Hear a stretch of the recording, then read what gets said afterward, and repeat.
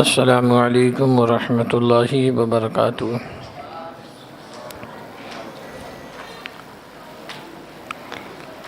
الحمد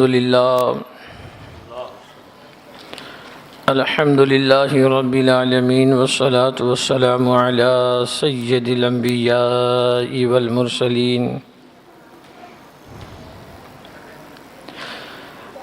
طیبین الطاہرین وابنہ الغوث العظم جیلانی وخواجہ اعظم اجمیری اجمعین، اما بعد فاعوذ باللہ من الشیطان الرجیم، بسم اللہ الرحمن الرحیم۔ فاذکرونی اذکرکم واشکروا لی ولا تکفرون۔ یا ایہا الذین آمنوا استعینوا بالصبر والصلاۃ ان اللہ مع الصابرین۔ ولا تقولوا لمن يقتل في سبيل الله اموات بل احياء ولكن لا تشعرون۔ صدق اللہ العظیم وصدق رسول النبی الکریم ونحن على ذلك لمن الشاہدین والشاکرین والحمد للہ رب العالمین۔ درود پاک پڑھی، اللہم صلی علی سیدنا و مولانا محمد معدن الجود والکرم وعلی آلہ واصحابہ وبارک وسلم۔ بکار خیش حیرانم اغثنی یا رسول اللہ، پریشانم پریشانم اغثنی یا رسول اللہ۔ شہابی کس نوازی کن، طبیبہ چارہ سازی کن، مریض درد سیانم اغثنی یا رسول اللہ۔ یا رسول اللہ، غم ہو گئے بے شمار آقا، بندہ تیرے نثار آقا، بگڑا جاتا ہے کھیل میرا آقا، آقا سوار آقا۔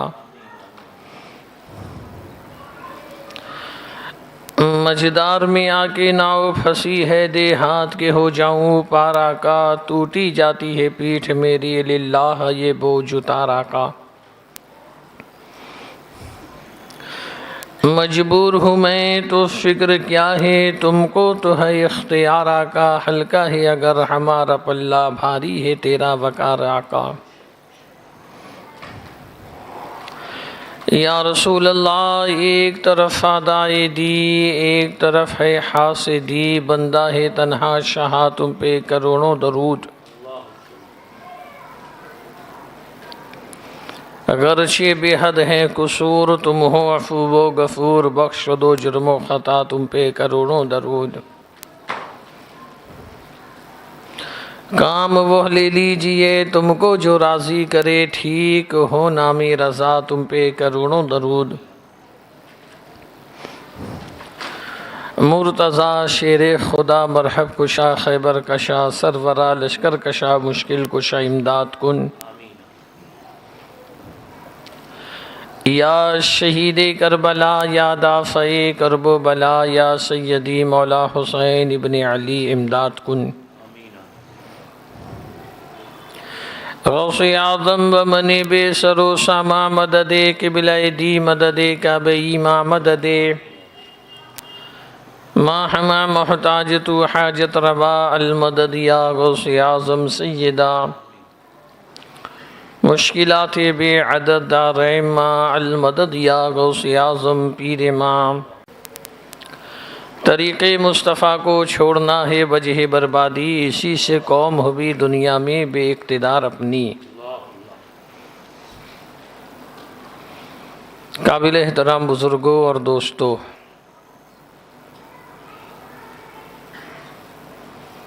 قرآن کریم کی سورہ بقرہ دوسرے پارے کی جن آیات کو میں نے پڑھا، پروردگار عالم اس کے متعلق مجھے حق بات کہنے کی توفیق عطا فرمائیں۔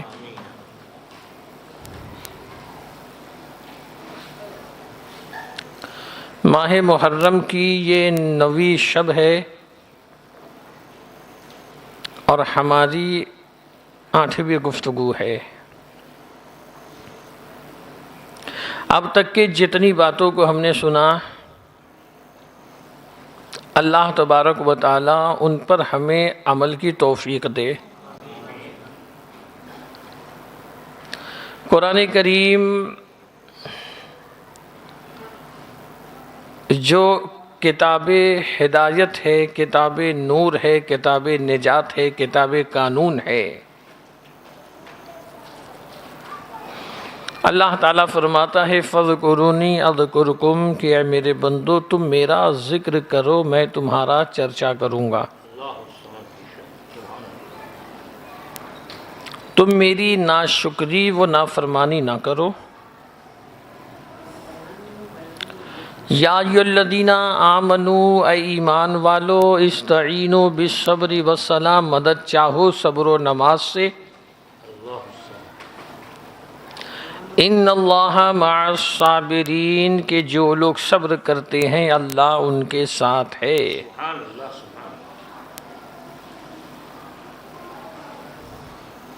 اللہ فرماتا ان اللہ بے شک اللہ صبر کرنے والوں کے ساتھ ہے۔ چاہے وہ مصائب تمہیں دنیا میں آئے، چاہے وہ مصائب تمہیں دین میں آئے، بیماری آزاری ہو، کاروبار کی تکلیف ہو، دشمنوں کا خوف ہو، اگر تم ایمان والے ہو اور صبر کرو گے تو اللہ تبارک و تعالی تمہاری نصرت کرے گا۔ صبر کے جو اجر ہیں، اللہ کے پیارے نبی حضور رحمت عالم ارشاد فرماتے ہیں کہ مصیبتوں پر صبر کرنے والوں کو اللہ تبارک و تعالی 700 درجات عطا فرماتا ہے، اور ہر ایک درجہ زمین و آسمان کے برابر کا ہوتا ہے۔ ایسے 700 درجات اللہ تبارک و تعالی صبر کرنے والوں کو عطا کرتا ہے۔ مسلمانوں کے اندر صبر و تحمل، بردباری، تحمل مجازی آج کے زمانے میں ہے ہی نہیں۔ مسلمان یہ سمجھتا ہے کہ اینٹ کا جواب پتھر ہے، گالی کا جواب گالی ہے، مگر یاد رکھنا اینٹ کا جواب پتھر نہیں خاموشی ہے، گالی کا جواب گالی نہیں دعا ہے۔ سیدنا امام غزالی رحمۃ اللہ علیہ فرماتے ہیں اس بندے سے ڈرو مت جو اپنا انتقام خود لیتا ہے، ڈرو اس سے جو اپنے معاملات کو خدا کے سپرد کر دیتا ہے۔ اس لیے کہ جب تم اپنا انتقام خود لوگے تو کتنا لوگے جتنی تم میں طاقت ہے، قوت ہے، مگر جب تم اپنے معاملات کو خدا کے سپرد کر دو گے تو وہ اللہ کی طاقت اور اس کی قدرت کا کسی کو اندازہ نہیں ہے۔ وہ ایسا عظیم ترین قدرت والا ہے، اتنی عظیم ترین طاقت والا ہے کہ نمرود جیسے بادشاہ کو اس نے ایک لنگڑے مچھر سے مروا دیا، فرعون کو سمندر میں غرق کر کے ہلاک کر دیا۔ اس کی مرضی کے بغیر، اس کے چاہے کے بغیر کچھ نہیں ہوتا۔ بہر کیف مسلمانوں، جتنی باتوں کو، جتنی نصیحتوں کو ہم نے سنا، اب ہمارے لیے ضروری یہ ہے کہ ہم اس کے اوپر عمل کریں۔ کل ہم نے حسنین کریمین کے فضائل کو سنا کہ نبی رحمت صلی اللہ تعالی علیہ وسلم نے امام حسن مجتبی امام حسین شہید کربلا کی جن عظمتوں کو بیان کیا۔ قرآن میں اللہ تبارک و تعالی فرماتا ہے کہ اہل بیت نبوت ان کو اللہ تبارک و تعالی نے ہر قسم کی نجاستوں سے پاک و صاف کر دیا۔ اللہ کے نبی علیہ السلام پہ اللہ نے آیت کو نازل کی تھی قُلْ لَا أَسْأَلُكُمْ عَلَيْهِ أَجْرًا إِلَّا الْمَوَدَّةَ فِي الْقُرْبَى۔ اس سے یہ بات واضح ہوتی ہے کہ اہل بیت کی محبت پوری امت کے اوپر واجب ہے، اہل بیت کا احترام پوری امت کے اوپر لازم ہے۔ حسنین کریمین جنتی جوانوں کی سردار ہیں، نبی کے لگتے جگر ہیں، خاتون جنت کے نور نظر ہیں۔ اللہ کے نبی علیہ الصلاۃ والسلام نے ان سے محبت کرنے والوں کے تعلق سے فرمایا کہ قیامت کے دن انہیں امن کی ضمانت ہے۔ ایک حدیث پاک کو پہلے میں نے بیان کیا تھا، غالباً خاتون جنت کی سیرت جب بیان ہو رہی تھی تو اس وقت اس حدیث کو میں نے آپ لوگوں کی سماعت کے حوالے کیا تھا، پھر برکت کے لیے اس حدیث کو سنیں۔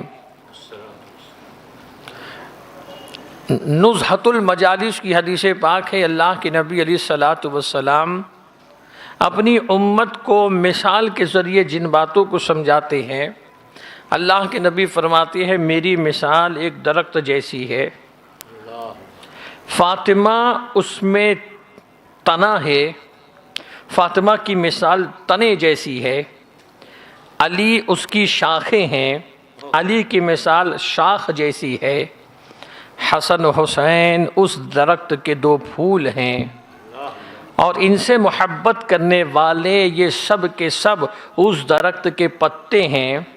پھر اللہ کے نبی فرماتے یقیناً ہم سب جنتی ہیں۔ اس سے یہ بات معلوم ہوتی ہے کہ جنت ملے گی آل نبی کی محبت کی برکت سے، اور حضور رحمت عالم فرماتے جو میری اہل بیت کی محبت میں مرا وہ ایمان پہ مرا، اور جو میری اہل بیت کی دشمنی میں مرا وہ کفر پہ مرا۔ حسنین کریمین میں امام علی مقام سیدنا امام حسین رضی اللہ تعالیٰ عنہ کو اللہ نے جو مقام عطا کیا، خود نبی رحمت صلی اللہ تعالیٰ علیہ وسلم نے امام علی مقام کے لیے اپنے بیٹے کو قربان کیا۔ جنگ کربلا تو 60 ہجری میں ہوئی۔ اللہ کے نبی علیہ الصلاۃ والسلام کے ایک فرزند تھے حضرت ابراہیم رضی اللہ تعالیٰ عنہ، اور امام حسین رضی اللہ تعالیٰ عنہ، ایک بیٹے ہیں ایک نواسے ہیں، دونوں شہزادے رسول اللہ کی مقدس گود میں ہیں۔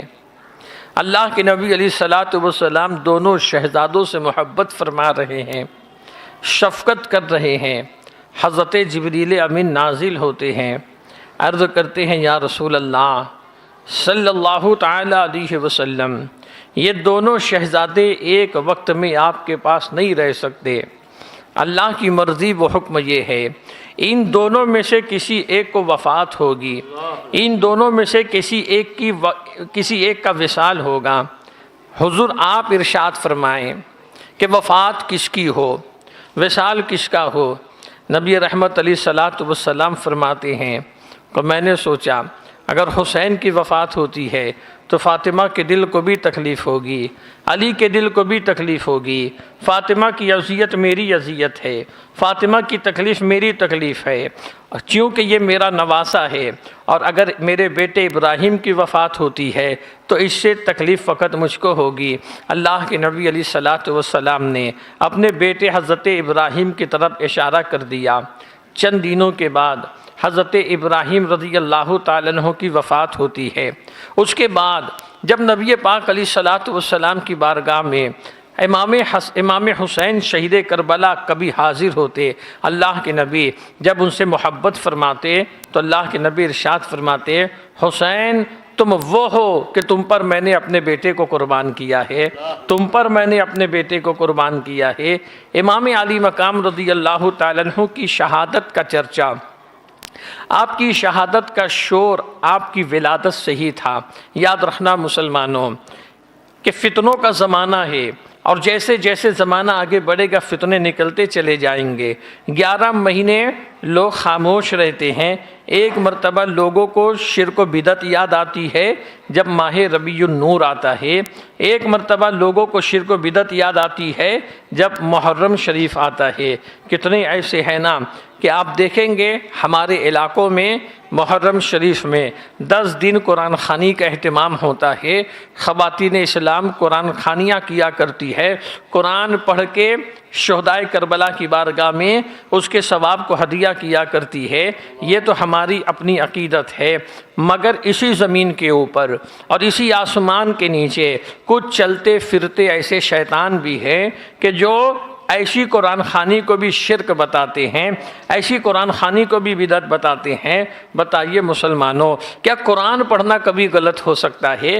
کیا قرآن کی تلاوت کرنا کبھی شرک ہو سکتا ہے؟ قرآن پڑھ کے ہم تو اللہ کی وحدانیت کا اعلان کرتے ہیں، اللہ الصمد ہم قرآن کے اندر پڑھتے ہیں کہ اللہ بے نیاز ہے، قل هو اللہ احد ہم قرآن کے اندر پڑھتے ہیں کہ اللہ ایک ہے، مگر بہت سے لوگ ایسے ہیں جو ایصال ثواب کو شرک سمجھا کرتے ہیں۔ ان کم عقلوں کو اتنا نہیں سمجھتا ہے کہ شرک کا مطلب کیا ہے، بس منہ میں آیا کہہ دیا، منہ کھولا کہہ دیا۔ اگر ان سے پوچھ لو کہ شرک کا مطلب کیا ہے تو وہ کہیں گے جو چیز نبی کے زمانے میں نہیں، آج اگر وہ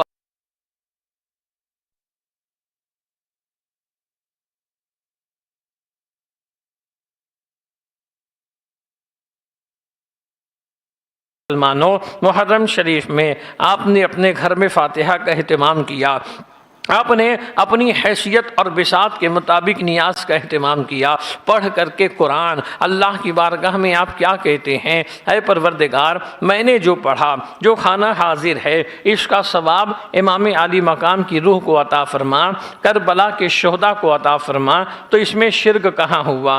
آپ نے تو امام حسین کو خدا نہیں سمجھا، خدا کے جیسا نہیں سمجھا، خدا کا بندہ سمجھا، اسی لیے آپ نے اجر و ثواب بنیت نذرانہ ان کی بارگاہ میں احسال کیا، ان کی بارگاہ میں پیش کیا۔ تو کہنے والے کچھ بھی کہتے ہیں۔ اب اسی طریقے سے امام حسین کی شہادت کی جب بات آتی ہے نا، تو ایک مولوی تھا ظہور احمد قریشی اورنگ آبادی، اس نے ایک کتاب لکھی تھی حضرت امام علی مقام کی شہادت کے اوپر۔ اتنا جاہل مولوی، اتنا جاہل مولوی کہ اس نے اپنی کتاب کے اندر یہ لکھا، آؤ محرم کی حقیقت تلاش کرے۔ اس نے اپنی کتاب کے اندر یہ لکھا کہ امام حسین کی شہادت نہیں ہوئی تھی، آپ کی وفات ہوئی تھی۔ اس کم عقل کو یہ نہیں معلوم، طبرانی کے اندر ساری تاریخ موجود ہے، خصائص الکبریٰ شریف کے اندر موجود ہے، زرقانی کے اندر موجود ہے۔ اس طریقے سے تاریخی کئی کتابوں کے اندر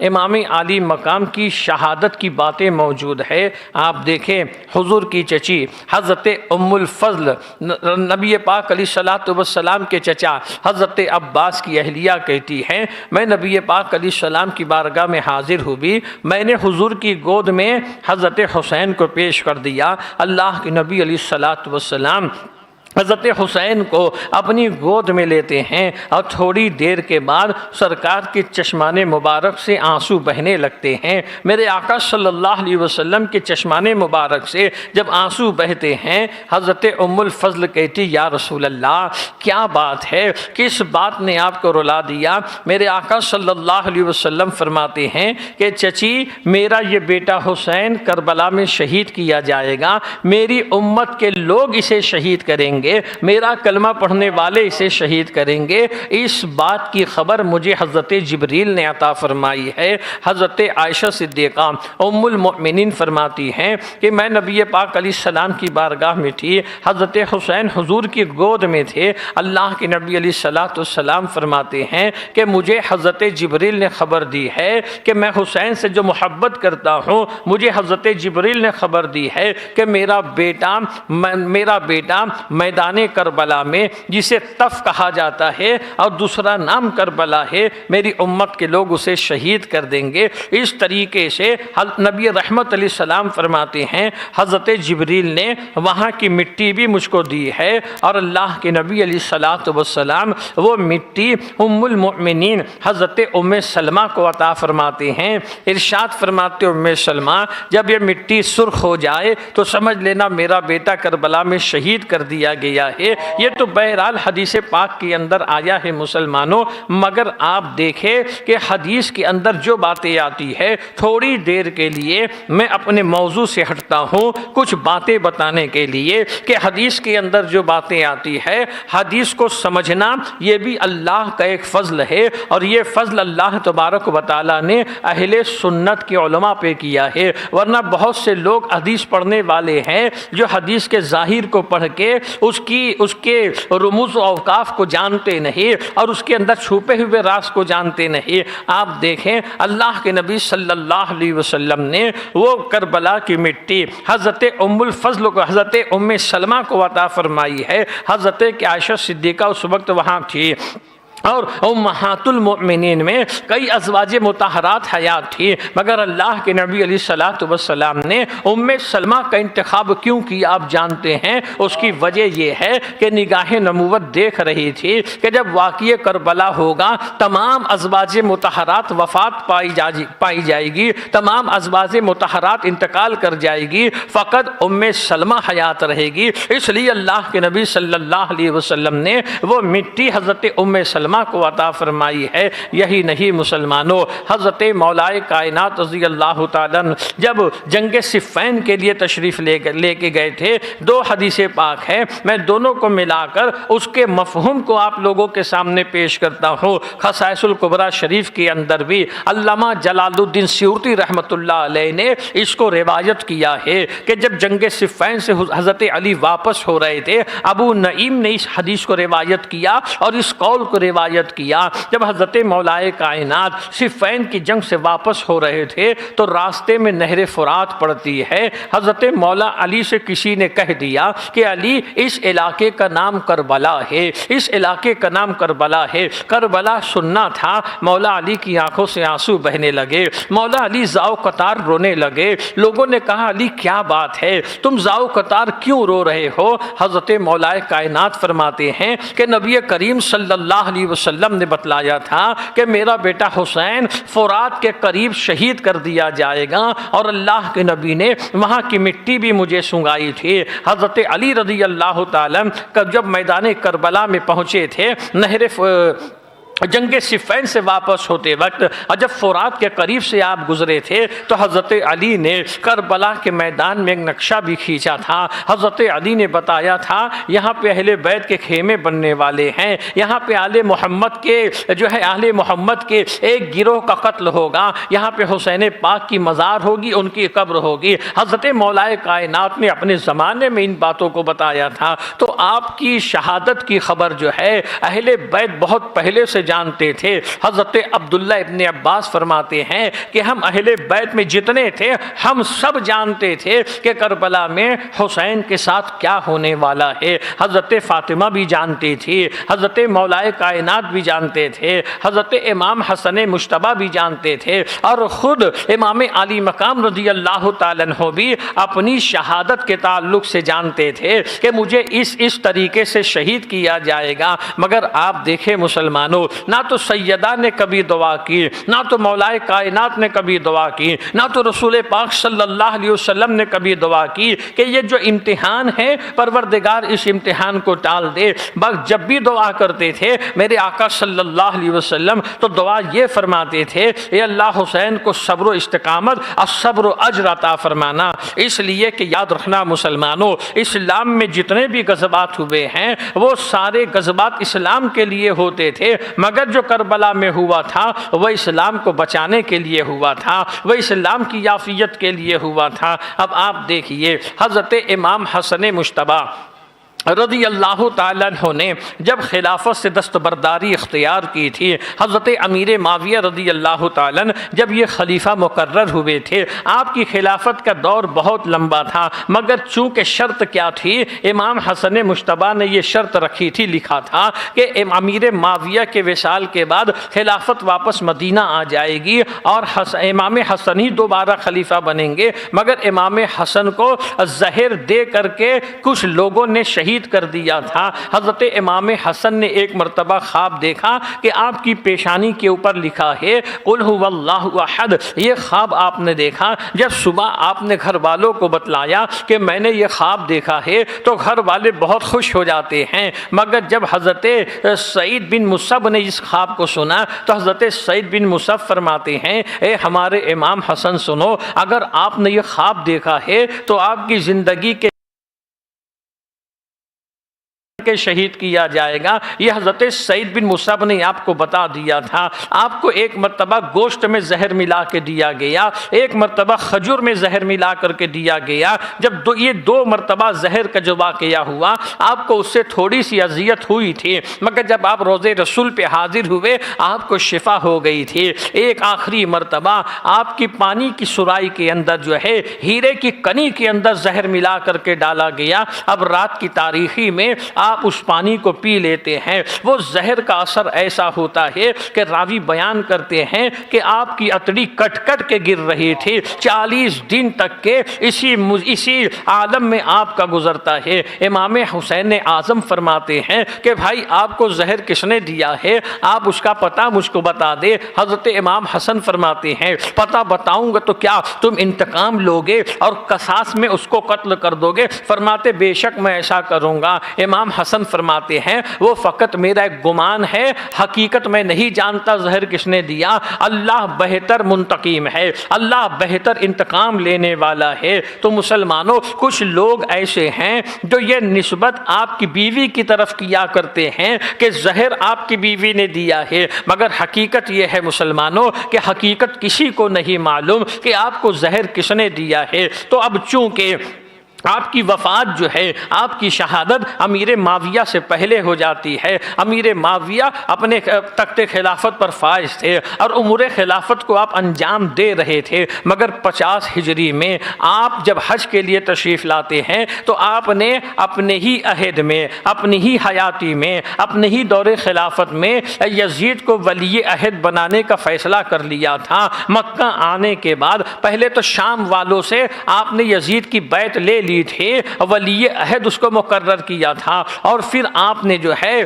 مدینے کی طرف ایک خط لکھا تھا۔ مروان بن حکم اس وقت مدینے کا گورنر اور مدینے کا حاکم تھا۔ یہ مروان کون ہے آپ جانتے ہیں، اکثر جو ہے تقاریر کے اندر آپ مروان کے تعلق سے سنتے ہوں گے۔ یہ مروان وہ ہے کہ ام المؤمنین حضرت عائشہ صدیقہ فرماتی ہے کہ یہ جب مروان پیدا ہوا تھا تو اس کو جب حضور کی بارگاہ میں پیش کیا گیا کہ کچھ کھجوریں نرم کر کے اس کے منہ میں ڈال دو، اللہ کے نبی نے جب مروان کو دیکھا تو ارشاد فرمایا یہ گرگٹ کا بیٹا گرگٹ ہے، یہ ملعون کا بیٹا ملعون ہے۔ اور مروان وہی مردود انسان اور ملعون انسان ہے مسلمانوں کہ اس نے اپنی پوری زندگی اہل بیت کی دشمنی کے اندر نکالی ہے، اہل بیت کی عداوت کے اندر نکالی ہے۔ تو امیر معاویہ نے مروان کے نام ایک خط لکھا کہ میں اپنی جگہ ولی عہد یزید کو مقرر کرتا ہوں، تو مدینے والوں سے یزید کی بیعت لے لو۔ جب یہ حکم نامہ آتا ہے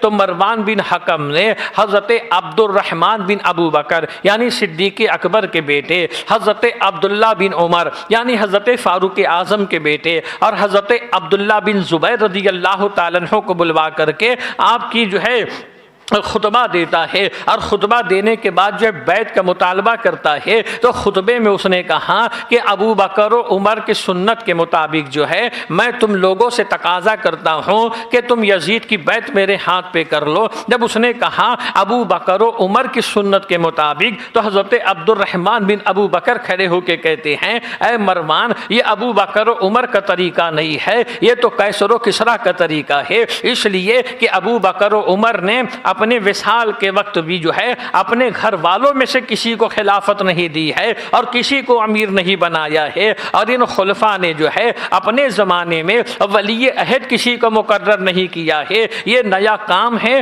جو حضرت امیر معاویہ نے ایجاد کیا ہے۔ ان لوگوں نے تو بیعت سے انکار کر دیا۔ اس سال حضرت امیر معاویہ حج کے لیے تشریف لاتے ہیں تو مکہ میں جب آپ کی ملاقات حضرت عبد الرحمن بن ابو بکر سے ہوتی ہے، آپ خلافت کا آپ جو ہے بیعت کا تقاضا کرتے ہیں، آپ نے منع کر دیا کہ اس طریقے سے بیعت نہیں کی جائے گی، اس لیے کہ ولی عہد مقرر نہ تو ابو بکر نے کیا ہے، نہ تو عمر نے کیا ہے، نہ تو عثمان نے کیا ہے، نہ تو مولا کائنات نے کیا ہے، یہ تم نئی چیز لا رہے ہو۔ اسی طریقے سے حضرت عبداللہ بن عمر نے بھی جواب دے دیا تھا۔ یہ دونوں شہزادے اس بات کا جواب دیتے ہیں۔ پھر حضرت امیر معاویہ عبداللہ بن زبیر سے ملاقات کر کے کہتے ہیں، اے عبداللہ بن زبیر، تم ایک شاطر لومڑی کی طرح ہو، ایک بل سے نکل کے دوسرے بل میں جاتے ہو۔ میرا گمان ہے کہ عبد الرحمن کو اور عبداللہ بن عمر کے کان میں تم نے کچھ پھونک دیا ہے کہ ان لوگوں نے بیعت کرنے سے انکار کیا ہے۔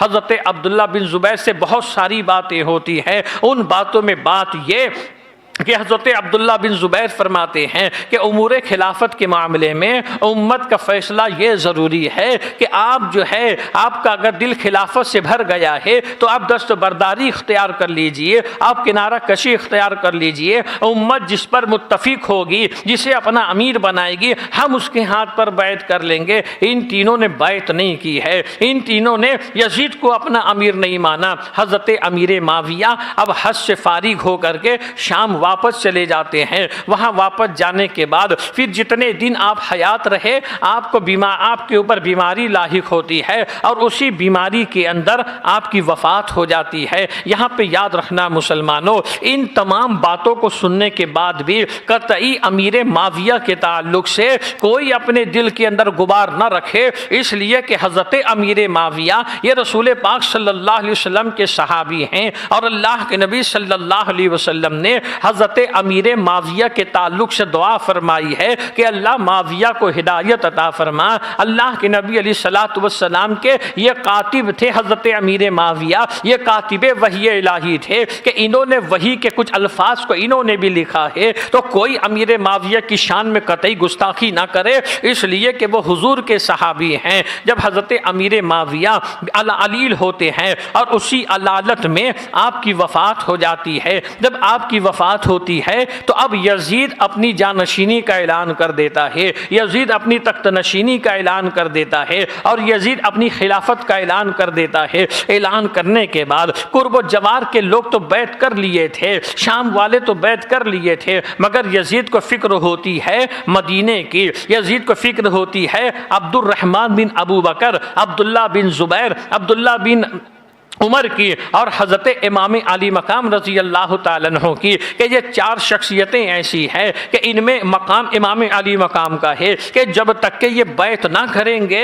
میری بیعت مستند ہونے والی نہیں۔ تو اس وقت اب مدینے کا جو گورنر تھا، مدینے کا گورنر اب اس وقت بنا تھا ولید بن عتبہ، یہ مدینے کا گورنر بن چکا تھا۔ اب یزید نے ایک تحریر لکھی، ایک خط لکھا، اس خط کے اندر حضرت امیر معاویہ کی وفات کے تعلق سے اور اس میں اپنی خلافت و جانشینی کے تعلق سے اور ان چار اصحاب سے بیعت کے تعلق سے لکھا۔ اب یہ خط جب ولید بن عتبہ کے پاس آتا ہے، ولید بن عتبہ یہ خط پڑھنے کے بعد متعجب ہوتے ہیں کہ کس طریقے سے ان چار اشخاص سے بیعت لی جائے، تو اس نے مشورے کے لیے مروان بن حکم کو بلوا لیا کہ مروان پہلے مدینے کا حاکم اور گورنر رہ چکا تھا۔ مروان کو بلا کر کے یزید کا خط دکھایا کہ دیکھو امیر معاویہ وفات پا چکے ہیں اور یزید تخت نشین ہو چکا ہے، اس نے ان لوگوں سے بیعت کا مطالبہ کیا ہے۔ مروان کہتا ہے تو کرنا کیا ہے، ان چاروں کو بلا، ان کی بیعت لے لو، اگر اچھے سے مانے تو ٹھیک ہے اور اچھے سے نہ مانے تو ان کے اوپر جبر کرو، تشدد کرو، پھر بھی نہ مانے تو انہیں قتل کر دو۔ اب ولید بن عتبہ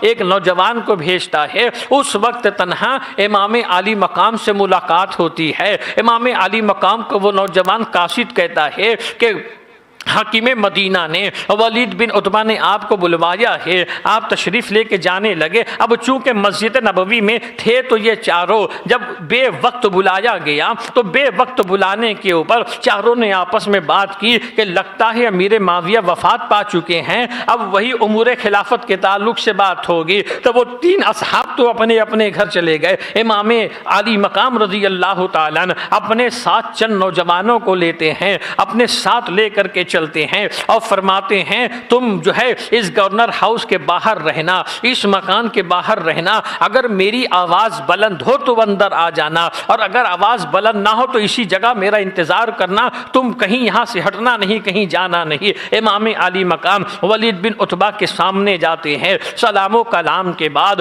ولید بن عتبہ نے بتایا امیر معاویہ انتقال کر گئے، آپ نے انا للہ و انا الیہ راجعون پڑھا۔ اس کے بعد ولید نے بتایا کہ یزید تخت نشین ہو چکا ہے اور اس نے آپ سے خلافت کا، آپ سے بیعت کا مطالبہ کیا ہے۔ امام عالی مقام فرماتے ہیں میرے جیسے آدمی کا اس طریقے سے چھپ کر کے بیعت کرنا یہ مناسب نہیں ہے، کل جب صبح ہوگی تم لوگوں کو جمع کرنا، اس وقت بیعت کا مطالبہ کرنا تو دیکھا جائے گا۔ اتنا کہہ کے آپ جانے لگے تو مروان کہتا ہے اے ولید ابھی تو ان کے اوپر قابو پا سکتا ہے، اگر یہ اس وقت یہاں سے نکل گئے پھر ان کے اوپر تو قابو نہیں پائے گا، ان پر جبر کر، تشدد کر، اگر بیعت کرے تو ٹھیک ہے ورنہ انہیں قتل کر دے۔ مروان جب اتنا کہتا ہے امام عالی مقام ارشاد فرماتے ہیں، جو ہے مروان سے کہتے ہیں اے ابن زرقا تو مجھے قتل کرے گا یا یہ ولید مجھے قتل کرے گا؟ اور فرماتے ہیں امام عالی مقام کہ یقیناً یہ جھوٹا اور کمینہ انسان ہے۔ اتنا کہنے کے بعد آپ تشریف لے آتے ہیں،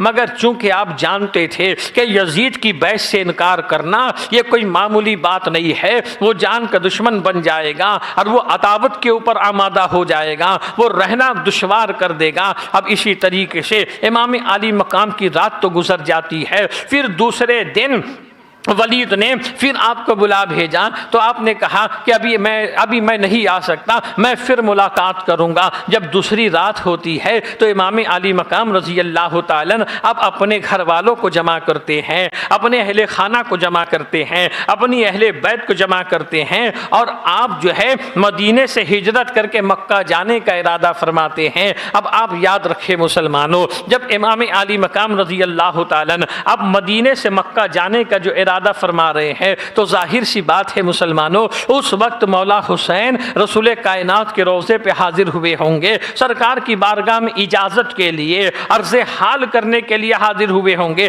ایک وقت وہ تھا جب اللہ کے پیارے نبی صلی اللہ علیہ وسلم نے مکے میں نبوت کا اعلان کیا تھا، تو وہ مکے والے جو آپ کو صادق الوعد الامین کہا کرتے تھے، وہ لوگ جو یہ کہتے تھے کہ محمد آپ نے کبھی جھوٹ نہیں کہا ہے، آپ تو امانت دار ہیں، امین ہے، امانتوں کی حفاظت کیا کرتے ہیں، مگر جب نبی رحمت نے مکے میں نبوت کا اعلان کیا تو وہی مکے والے، کوئی آپ کو دیوانہ کہتا، کوئی مجنوں کہتا، کوئی آپ کو جادوگر کہتا، حتیٰ کہ لوگ آپ کی جان کے دشمن ہوئے تو اللہ کے نبی علیہ الصلوۃ والسلام اب ہجرت فرما کر کے مکے سے مدینہ تشریف لا رہے ہیں۔ اب یہاں پہ نبی پاک صلی اللہ علیہ وسلم کے پیارے نواسے کے ساتھ کیا ہو رہا ہے کہ مدینے کی گلیاں آپ کے لیے تنگ کر دی گئی ہے، مدینے میں رہنا آپ کے لیے دشوار ہو گیا ہے، اب لوگ آپ کی جان کے دشمن بنے، اس لیے امام عالی مقام روضے رسول اللہ پہ حاضر ہوتے ہیں، عرض حال کرتے ہیں، سلام پیش کرتے ہیں، پھر اپنی پیاری والدہ خاتون جنت کی مزار پر انوار پہ حاضر ہو کر کے وہاں پہ عرض حال و سلام و اجازت لیتے ہیں، حسن مجتبیٰ کی بارگاہ میں سلامی پیش کر کے پھر آپ کے اوپر گنودگی طاری ہوتی ہے۔ جب آپ کے اوپر گنودگی طاری ہوتی ہے تو آپ خواب دیکھتے ہیں، اللہ کے پیارے نبی علیہ الصلوۃ والسلام تشریف لائے ہیں، اللہ کے نبی کو خواب میں دیکھا، عرض حال کیا، اپنے حال کو بیان کیا، میرے آقا ارشاد فرماتے حسین وہ وقت دور نہیں ہے، ان قریب اب تم ہمارے پاس آنے والے ہو، اپنے نانا کے پاس آنے والے ہو، اپنے والد کے پاس آنے والے ہو، اور رزاق اور خالق العباد کے دسترخوان پر تم جنت کی نعمتوں سے لطف اندوز ہونے والے ہو۔ جب اس خواب سے آپ بیدار ہوتے ہیں تو اب آپ کو اپنی شہادت کا یقین ہو جاتا ہے۔ اللہ کے نبی صلی اللہ علیہ وسلم نے آپ کو خواب میں ہی ارشاد فرما دیا کہ صبر کرنا اور اپنے کام کو پورا کرنا، اپنے کام کو پورا کرنا۔ آپ بیدار ہو کر کے اب مدینہ سے جب آپ مکہ کی طرف کوچ کرتے ہیں، منزل بمنزل آپ مکہ کی طرف بڑھ رہے تھے، راستے میں حضرت عبداللہ بن مطیع سے ملاقات ہوتی ہے۔ عبداللہ بن مطیع نے آپ کو دیکھا تو پوچھ لیا مولا حسین کہاں جا رہے ہیں؟ آپ نے فرمایا اس وقت تو مکے کا ارادہ ہے، باقی آگے اللہ کی مرضی ہے۔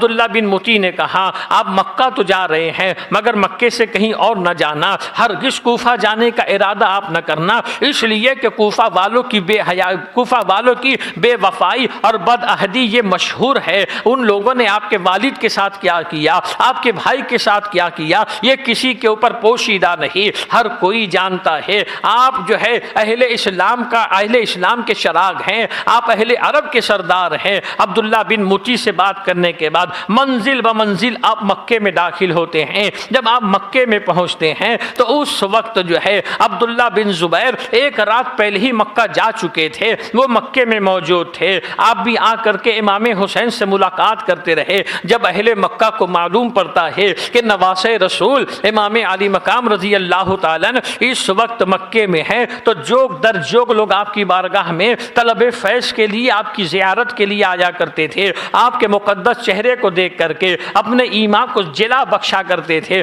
مگر وہیں کوفہ کے اندر اہل کوفہ کو یہ معلوم پڑ گیا کہ امام حسین نے یزید کی بیعت سے انکار کر دیا ہے، اور یزید کی بیعت سے انکار کرنے کی وجہ سے آپ مدینہ سے ہجرت کر کے مکہ چلے گئے ہیں۔ تو اب کوفہ والے کرتے کیا ہے؟ یہ کوفہ پہلے کیا تھا؟ یہ کوفہ والے امام حضرت مولا کائنات رضی اللہ تعالیٰ عنہ سے محبت کرنے والے، یہ سب کے سب شیعان علی تھے، حضرت علی سے محبت کرنے والے تھے۔ ان کی محبت کو دیکھ کر کے، ان کے اخلاص کو، ان کی عقیدتوں کو دیکھ کر کے حضرت مولا علی نے کوفہ کو دارالخلافت بنا لیا تھا۔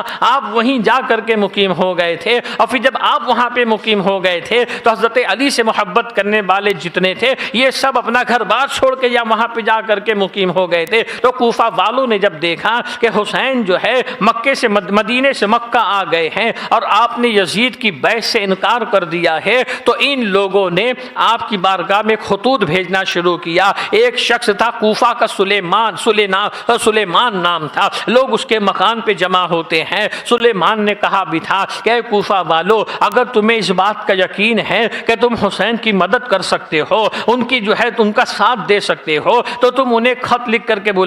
اگر تمہیں اپنے بزدلی کا یقین ہے اور تمہیں اس بات کا اندیشہ ہے کہ تم انہیں بے یارو مددگار چھوڑ دو گے تو ہرگز انہیں خط نہ لکھنا۔ سارے کوفی کہتے ہیں ہم حسین کی ضرور مدد کریں گے۔ اب پہلا خط جو آتا ہے یہ سلیمان کی طرف سے آتا ہے، بعد سلام کے، امیر معاویہ کی وفات کے۔ اس نے لکھا تھا حسین ہم پر کوئی امیر نہیں ہے، آپ کوفہ تشریف لے آئیں، یہ سب یہاں پہ شیعان علی ہیں، ہم سب آپ کی ہاتھ پہ بیعت کریں گے۔ اور جو ہے امیر معاویہ کی طرف سے مقرر کردہ گورنر نعمان بن بشیر اس وقت کوفہ کے اندر ہم پر حکومت کرتا ہے، آپ جب تشریف لائیں گے تو نعمان بن بشیر کو ہم کوفہ سے نکال کر کے کوفہ کی سرحد کے باہر پھینک دیں گے، آپ تشریف لے آئے۔ ایک خط آتا ہے، ان لوگوں کا انتظار نہیں ہوتا ہے، 2-4 دن کے بعد پھر اور خط آنے شروع ہوتے ہیں۔ چند دنوں کے اندر 150 خطوط امام علی مقام کی بارگاہ میں آ جاتے ہیں۔ ہر خط کے اندر یہی ہے، آپ تشریف لے آئیں،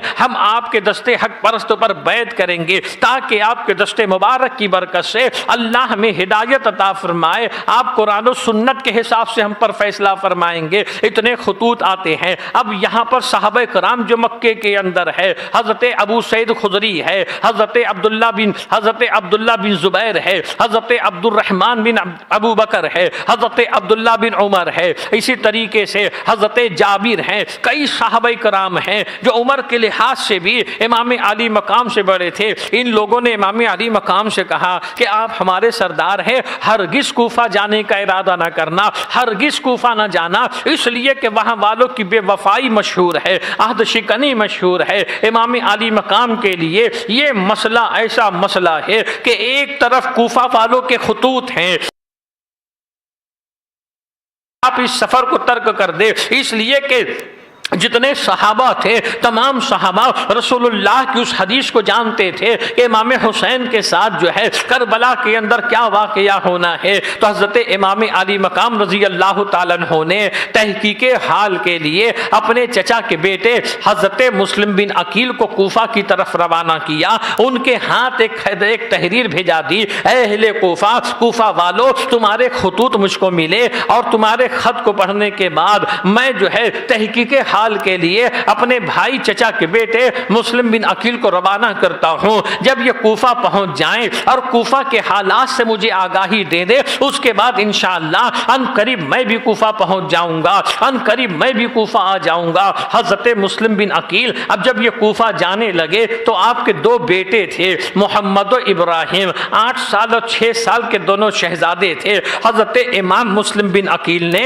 ان دونوں شہزادوں کو بھی اپنے ساتھ لے لیا۔ آپ پہنچتے ہیں کوفہ۔ کوفہ پہنچنے کے بعد مختار بن عبید کے مکان پر آپ قیام کرتے ہیں۔ جب کوفہ کے اندر یہ معلوم پڑتا ہے کہ امام حسین نے اپنا نائب بھیجا ہے، مسلم بن عقیل اولاد رسول اس وقت کوفہ کے اندر ہے، تو عبید جو ہے مختار بن عبید کے مکان پر لوگ جمع ہونے لگے، یہ کوفہ کے رہنے والے جمع ہونے لگے۔ ایک روایت کے مطابق 12,000 افراد نے آپ کے ہاتھ پر امام حسین کی بیعت کی، اور ایک روایت کے مطابق 40,000 افراد نے آپ کے ہاتھ پر امام حسین کی بیعت کی۔ یہ ساری عقیدتیں کوفہ والے دکھا رہے تھے، یہ ساری محبتیں کوفہ والے دکھا رہے تھے۔ انہی محبت و عقیدت کے اندر یاد رکھنا مسلمانوں، جو بہت زیادہ جھک کر کے ملتا ہے اس کی عقیدت پہ زیادہ بھروسہ نہیں کرنا چاہیے، اس لیے کہ کبھی کبھی ایسا ہوتا ہے کہ جھک کر کے ملنے والا ہی پیٹھ میں خنجر گھونپنے والا ہوتا ہے، پیٹھ کے اندر چاقو گھونپنے والا ہوتا ہے، تو زیادہ کبھی کسی کی عقیدت پہ بھروسہ نہیں کرنا چاہیے۔ یہ اہل کوفہ، یہ کوفہ والے جنہوں نے امام عالی مقام کو بلانے کے لیے 150 خطوط بھیجے تھے، امام عالی مقام نے تحقیق حال کے لیے مسلم بن عقیل کو اپنا نائب بنا کر کے کوفہ میں بھیجا، تو ایک وقت میں 40,000 افراد نے آپ کے ہاتھ میں بیعت کر لی۔ جب 40,000 بیعت کی تو اس وقت حضرت نعمان بن بشیر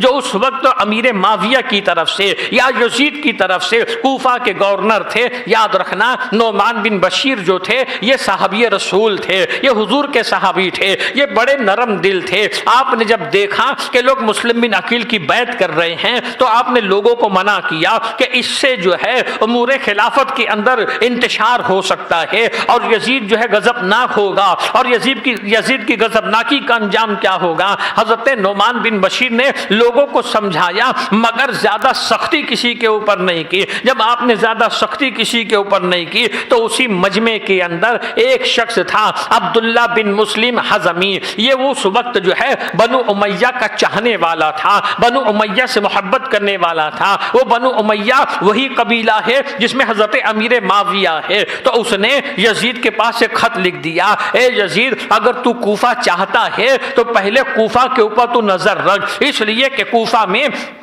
مسلم بن عقیل آ چکے ہیں اور مسلم بن عقیل کے ہاتھ پر اہل کوفہ کے 40,000 افراد نے حسین کی بیعت کر لی ہے، اور جو تیرا گورنر تیری طرف سے جس حاکم کا تو نے انتخاب کیا ہے یہ بڑا بزدل، بڑا نرم دل ہے، یہ کسی کے ساتھ سختی نہیں کرتا ہے، لوگ مسلم کے ہاتھ پر حسین کی بیعت کر رہے ہیں۔ یہ خط جب پہنچتا ہے یزید کے پاس، یزید تو بہت غضبناک ہوتا ہے، اپنے مشیروں کو جمع کرتا ہے، مشورہ کرنے والوں کو جمع کرتا ہے، ان کے سامنے بات رکھتا ہے۔ جب ان کے سامنے بات آتی ہے تو مشورہ دینے والوں نے مشورہ دیا، اے یزید نعمان بن بشیر کو ان کے عہدے سے ہٹا کر کے ان کی جگہ کسی سخت آدمی کو مقرر کر دو جو سختی کرنے والا ہو، جو کسی کا لحاظ نہ کرے، جو کسی کی مروت نہ کرے۔ تو لوگوں نے نام دیا عبید اللہ ابن زیاد کا۔ یہ عبید اللہ ابن زیاد یہ آدمی ہے کہ یہ مروت کسی کی نہیں کرتا ہے، یہ لحاظ کسی کا نہیں کیا کرتا ہے۔ اس وقت عبید اللہ ابن زیاد جو ہے یہ بصرہ کا گورنر تھا۔ اب یزید نے اپنا حکم نامہ جاری کیا عبید اللہ ابن زیاد کے نام کہ اسی وقت جو ہے تم بصرہ چھوڑ کر کے کوفہ جاؤ، اور کوفہ کے حالات ایسے ایسے ہیں، کوفہ کے حالات کو سنبھالو، جن لوگوں نے بیعت کر لی ہے انہیں اس بیعت کو توڑنے کا حکم دو، اگر توڑے تو ٹھیک ورنہ اسے قتل کر دو، مسلم بن عقیل کو گرفتار کرو، حسین آئے ان سے میری بیعت لے لینا، اگر وہ بیعت نہ کرے تو انہیں قتل کر دینا۔ وہ لوگ جو یزید کے تعلق سے کہتے ہیں اور یزید کو خون حسین سے بری کرنے کی ایک ناپاک اور ناکام کوشش کیا کرتے ہیں، وہ تاریخ پڑھ کر کے کیوں نہیں دیکھتے ہیں کہ جگہ جگہ یزید نے کہا تھا حسین بیعت کرے تو ٹھیک ہے ورنہ قتل کر دینا، حسین بیعت کرے تو ٹھیک ہے ورنہ قتل کر دینا۔ اب عبید اللہ ابن زیاد جو ہے اپنی جگہ اپنے بھائی عثمان بن زیاد کو مقرر کر کے اب یہ بصرہ سے کوفہ کی طرف جب آتا ہے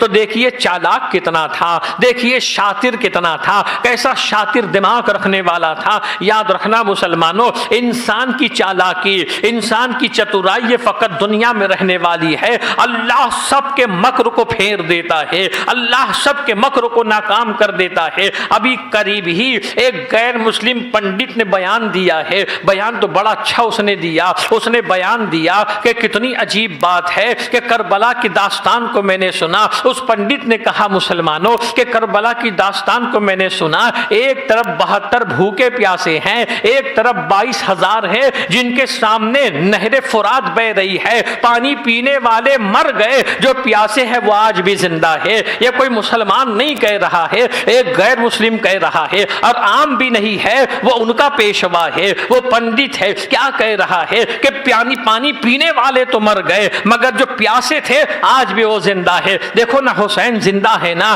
حسین کا نام آج بھی زندہ۔ یہ اتنے جو جمع ہوئے ہیں کس کے نام کے اوپر جمع ہوئے ہیں؟ حسین کے نام کے اوپر جمع ہوئے ہیں۔ کچھ نماز پڑھنے والے، چلا بلا کرنے والے، کچھ جو ہے جھولا لے کے گھومنے والے، جو حسین کے، جو یزید کو قتل حسین سے بری قرار دیتے ہیں، جو حسین یزید کی حمایت کیا کرتے ہیں اور یزید کو جنتی ثابت کرنے کی ایک ناپاک ناکام کوشش کیا کرتے ہیں۔ ارے مسلمانوں بتاؤ، تم اپنے گھر کے مالک ہو، تمہارا گھر تمہارا گھر ہے، تمہارے گھر کے اوپر تمہارا اختیار ہے۔ تم اپنے دشمن کو چاہو گے کہ گھر کے اندر آئے؟ اگر تمہارا کوئی مخالف تمہارے دروازے پہ آ جائے جس سے بے انتہا تم نفرت کرتے رہو گے، اسے دھکا دے کے گھر کے باہر کر دو گے۔ تمہاری ایک 4 دیواری 10x10 کا گھر ہے، اس پہ تمہیں جب اللہ نے اختیار دیا ہے تو تم اپنے دشمن کو اپنے گھر کے اندر آنے نہیں دو گے۔ وہ جنت جس کے تعلق سے رسول اللہ فرماتے ہیں حسن و حسین جنتی جوانوں کے سردار ہے،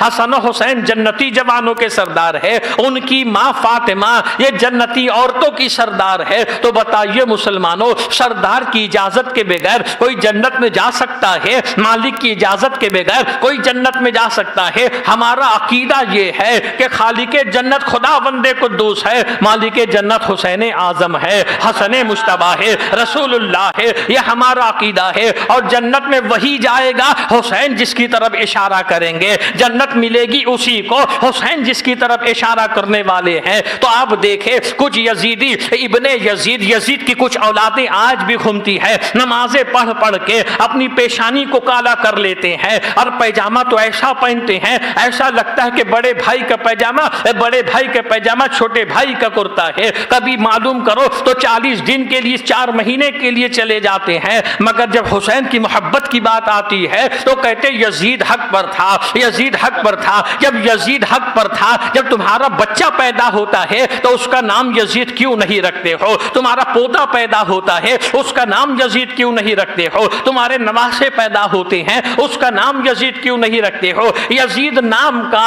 آپ ایک انسان نہیں دیکھیں گے، کروڑ انسان حسین آپ کو نظر آ جائیں گے۔ کوئی محمد حسین آپ کو نظر آئے گا، کوئی غلام حسین آپ کو نظر آئے گا، کوئی حسین احمد آپ کو نظر آئے گا۔ یہ کیا ہے کہ پیاسے 72 کربلا میں تھے مگر اللہ نے انہیں زندگی عطا فرمائی ہے۔ وَلَا نَبْلُوَنَّكُمْ بِشَيْءٍ مِنَ الْخَوْفِ وَالْجُوعِ، اللہ فرماتا ہے وَلَا تَقُولُوا لِمَن يُقْتَلُ فِي سَبِيلِ اللَّهِ أَمْوَاتٌ بَلْ أَحْيَاءٌ وَلَكِن لَّا تَشْعُرُونَ، کہ جو لوگ اللہ کی راہ میں مارے جاتے ہیں خبردار انہیں مردہ نہ کہنا، بل أحْيَاءٌ وَلَكِن لَّا تَشْعُرُونَ، وہ زندہ ہیں ان کی زندگی کا تمہیں شعور نہیں ہے۔ اللہ انہیں زندگی عطا فرمایا ہے اور ایسی زندگی عطا فرمایا ہے، اللہ انہیں رزق عطا فرماتا ہے۔ وہ قبروں میں بھی اللہ کی تسبیح پڑھتے ہیں، اللہ کی عبادت و بندگی کرتے ہیں۔ تو اے مسلمانوں، میں عرض یہ کر رہا تھا کہ جو یزید کی حمایت کرتے ہیں وہ تھوڑا اپنی آخرت کے بارے میں سوچے۔ یزید نے جگہ جگہ کہا ہے کہ اگر حسین بیعت کرے تو ٹھیک ہے ورنہ انہیں قتل کر دینا۔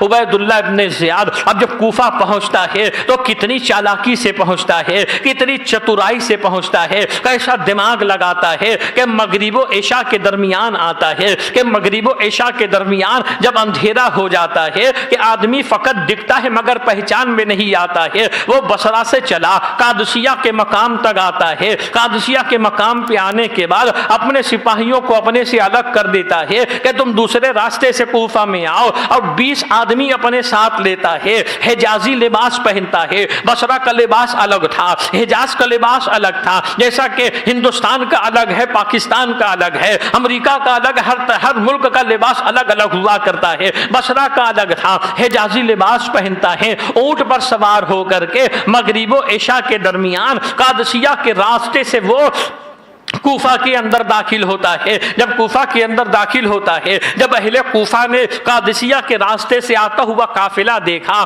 اونٹ دیکھا، حجازی لباس دیکھا، تو لوگوں نے سمجھا حسین آ گئے ہیں، ابن رسول اللہ آ گئے ہیں۔ اب لوگ بڑے خوش ہوتے ہیں، مرحبا یا ابن رسول اللہ، مرحبا یا ابن رسول اللہ کا نعرہ لگنے لگا۔ جب آواز بلند ہوتی ہے، لوگ اپنے اپنے گھروں سے بھی نکلنے لگتے ہیں، اتنا مجمع ہوتا ہے کہ ابن زیاد کا چلنا دشوار ہو جاتا ہے۔ اور اسی معاملات کو دیکھنے کے لیے، اسی حال کو دیکھنے کے لیے اس نے یہ مکاری اور چالاکی کی تھی۔ اندر ہی اندر کرتے ہیں، لوگ کہتے ہیں اب دیکھیے انسان مکاری کتنی کرتا ہے، دشمنی کے اندر عداوتیں کیسی کیا کرتا ہے۔ لوگ کہتے ہیں، بڑی محبت سے لوگ کہتے ہیں کہ کربلا میں ان پہ پانی بند کیا گیا تھا اور تم سنی لوگ شربت پلاتے ہو، تم شربت بانٹتے ہو۔ تو ان کو جواب یہ دینا مسلمانوں، پانی بند یزید نے کیا تھا، حسین نے حور کو پانی پلا دیا تھا۔ جب حور آئے تھے تو حسین نے پانی پلایا تھا، یزید نے پانی بند کیا تھا۔ بات واضح ہوتی ہے، پلانا حسین کا طریقہ ہے، بند کرنا یزید کا طریقہ ہے۔ ہم پلا کے ثابت کرتے ہیں ہم حسین والے ہیں، تم اعتراض کر کے ثابت کرتے ہو تم یزید والے ہو، یزید کی پیروی کرنے والے ہو۔ تو مسلمانوں، امام علی حضرت امام حسین رضی اللہ تعالیٰ عنہ کی جو اس نے حجازی لباس پہن کے، ابن زیاد حجازی لباس پہن کے یہ جب کوفہ کے راستے میں داخل ہوتا ہے، قادسیہ کے مقام سے لوگ جمع ہوتے ہیں، اس کا چلنا دشوار ہوتا ہے۔ جب اس کا چلنا دشوار ہوتا ہے تو اپنے غلام سے کہتا ہے اعلان کر دے۔ اب غلام اعلان کرتا ہے، اے کوفہ کے رہنے والوں، یہ امیر عبید اللہ ابن زیاد ہے، اس کا راستہ چھوڑ دو، اس کا راستہ چھوڑ دو۔ عبید اللہ کا نام سننا تھا، لوگ مایوس ہو کر کے اب اپنے اپنے گھر چلے جاتے ہیں، مجمع منتشر ہو جاتا ہے۔ یہ شیر کو یزید کا پیغام سناتا ہے کہ تم اپنے عہدے سے دستبردار ہو جاؤ، اب تمہاری جگہ میرا انتخاب ہوا ہے۔ یہ پوری رات تو کیسے بھی گزارتا ہے، جب صبح نمودار ہوتی ہے تو اب یہ اپنا اصل رخ دکھاتا ہے، اپنا اصل چہرہ دکھاتا ہے کہ اہل کوفہ میں قبیلے کے بڑے بڑے جو سردار تھے ان لوگوں کو پہلے بلواتا ہے، پہلے بلاتا کسی بہانے سے ہے، بلا کر کے ان کو قید کر لیتا ہے، کوفہ والوں کو جمع کر کے کہتا ہے کہ امیر المؤمنین یزید کی طرف سے میں جو ہے یہاں کا گورنر مقرر ہوا ہوں اور مجھے حکم دیا گیا ہے جو فرما برداری تو ان کو کاٹ کر کے انہی کے گھر کے دروازے پہ ان کو لٹکا دیا جائے گا، ان کی جتنی جائیداد ہوگی اس کے اوپر قبضہ کر لیا جائے گا، یہ دھمکیاں دیتا ہے۔ اب اس کے بعد یہ کرتا کیا ہے، جب حضرت امام مسلم کو معلوم پڑا کہ عبید اللہ ابن زیاد نے ایسا اعلان کیا ہے، اس وقت تک کہ آپ جو ہے اس وقت آپ مختار بن عبید کے مکان پر تھے، اسی وقت آپ جو ہے اس کے مکان سے نکل کر کے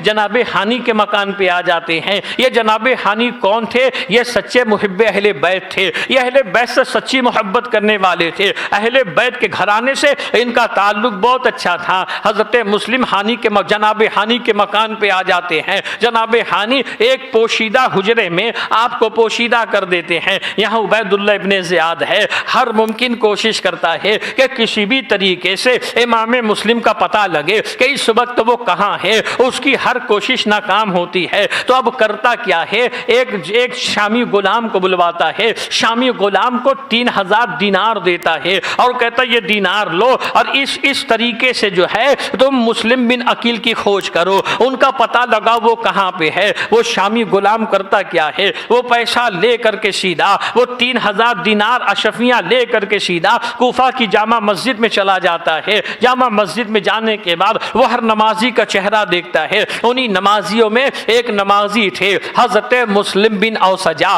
حضرت مسلم بن اوسجا کو جب اس نے دیکھا تو دیکھنے کے بعد مسلم بن اوسجا جب اپنی نماز سے فارغ ہوتے ہیں، یہ شامی غلام ماقل اس کا نام تھا، یہ شامی غلام حضرت مسلم بن اوسجا کے پاس جا کے سلام کرتا ہے اور کہتا کہ دیکھیے میں محب اہل بیت ہوں، میں غلام اہل بیت ہوں، میرے پاس یہ 3000 دینار ہے، میں نے سنا ہے کہ خاندان رسالت سے مسلم بن عقیل اس وقت کوفہ کے اندر ہے، مگر میں نہیں جانتا کہ وہ کہاں پہ ہیں، میں چاہتا ہوں ان سے ملاقات کر کے یہ دینار ان کی بارگاہ میں پیش کر دوں تاکہ وہ کسی کار خیر کے اندر اس کا استعمال کرے۔ حضرت مسلم بن اوسجا فرماتے ہیں مسجد میں اور بھی تو بہت سے لوگ ہیں، کسی سے ان کا پتہ پوچھ لے، مجھ سے کیوں پوچھتا ہے؟ اب دیکھیے شیطانی دماغ رکھنے والا شامی غلام ہے، کہتا ہے آپ کے چہرے پہ میں خیر و برکت دیکھ رہا ہوں، آپ کا چہرہ بتاتا ہے آپ محب اہل بیت ہے، اہل بیت کے دوست ہیں، اسے محبت کرنے والے ہیں، اس کی فریبی باتوں میں آپ آ جاتے ہیں۔ فرماتے تو نے سچ پہچانا، میرا نام مسلم بن اوسجا ہے اور میں اہل بیت کا دوست ان سے محبت کرتا ہوں، اس سے عہد و پیمان لیتے ہیں۔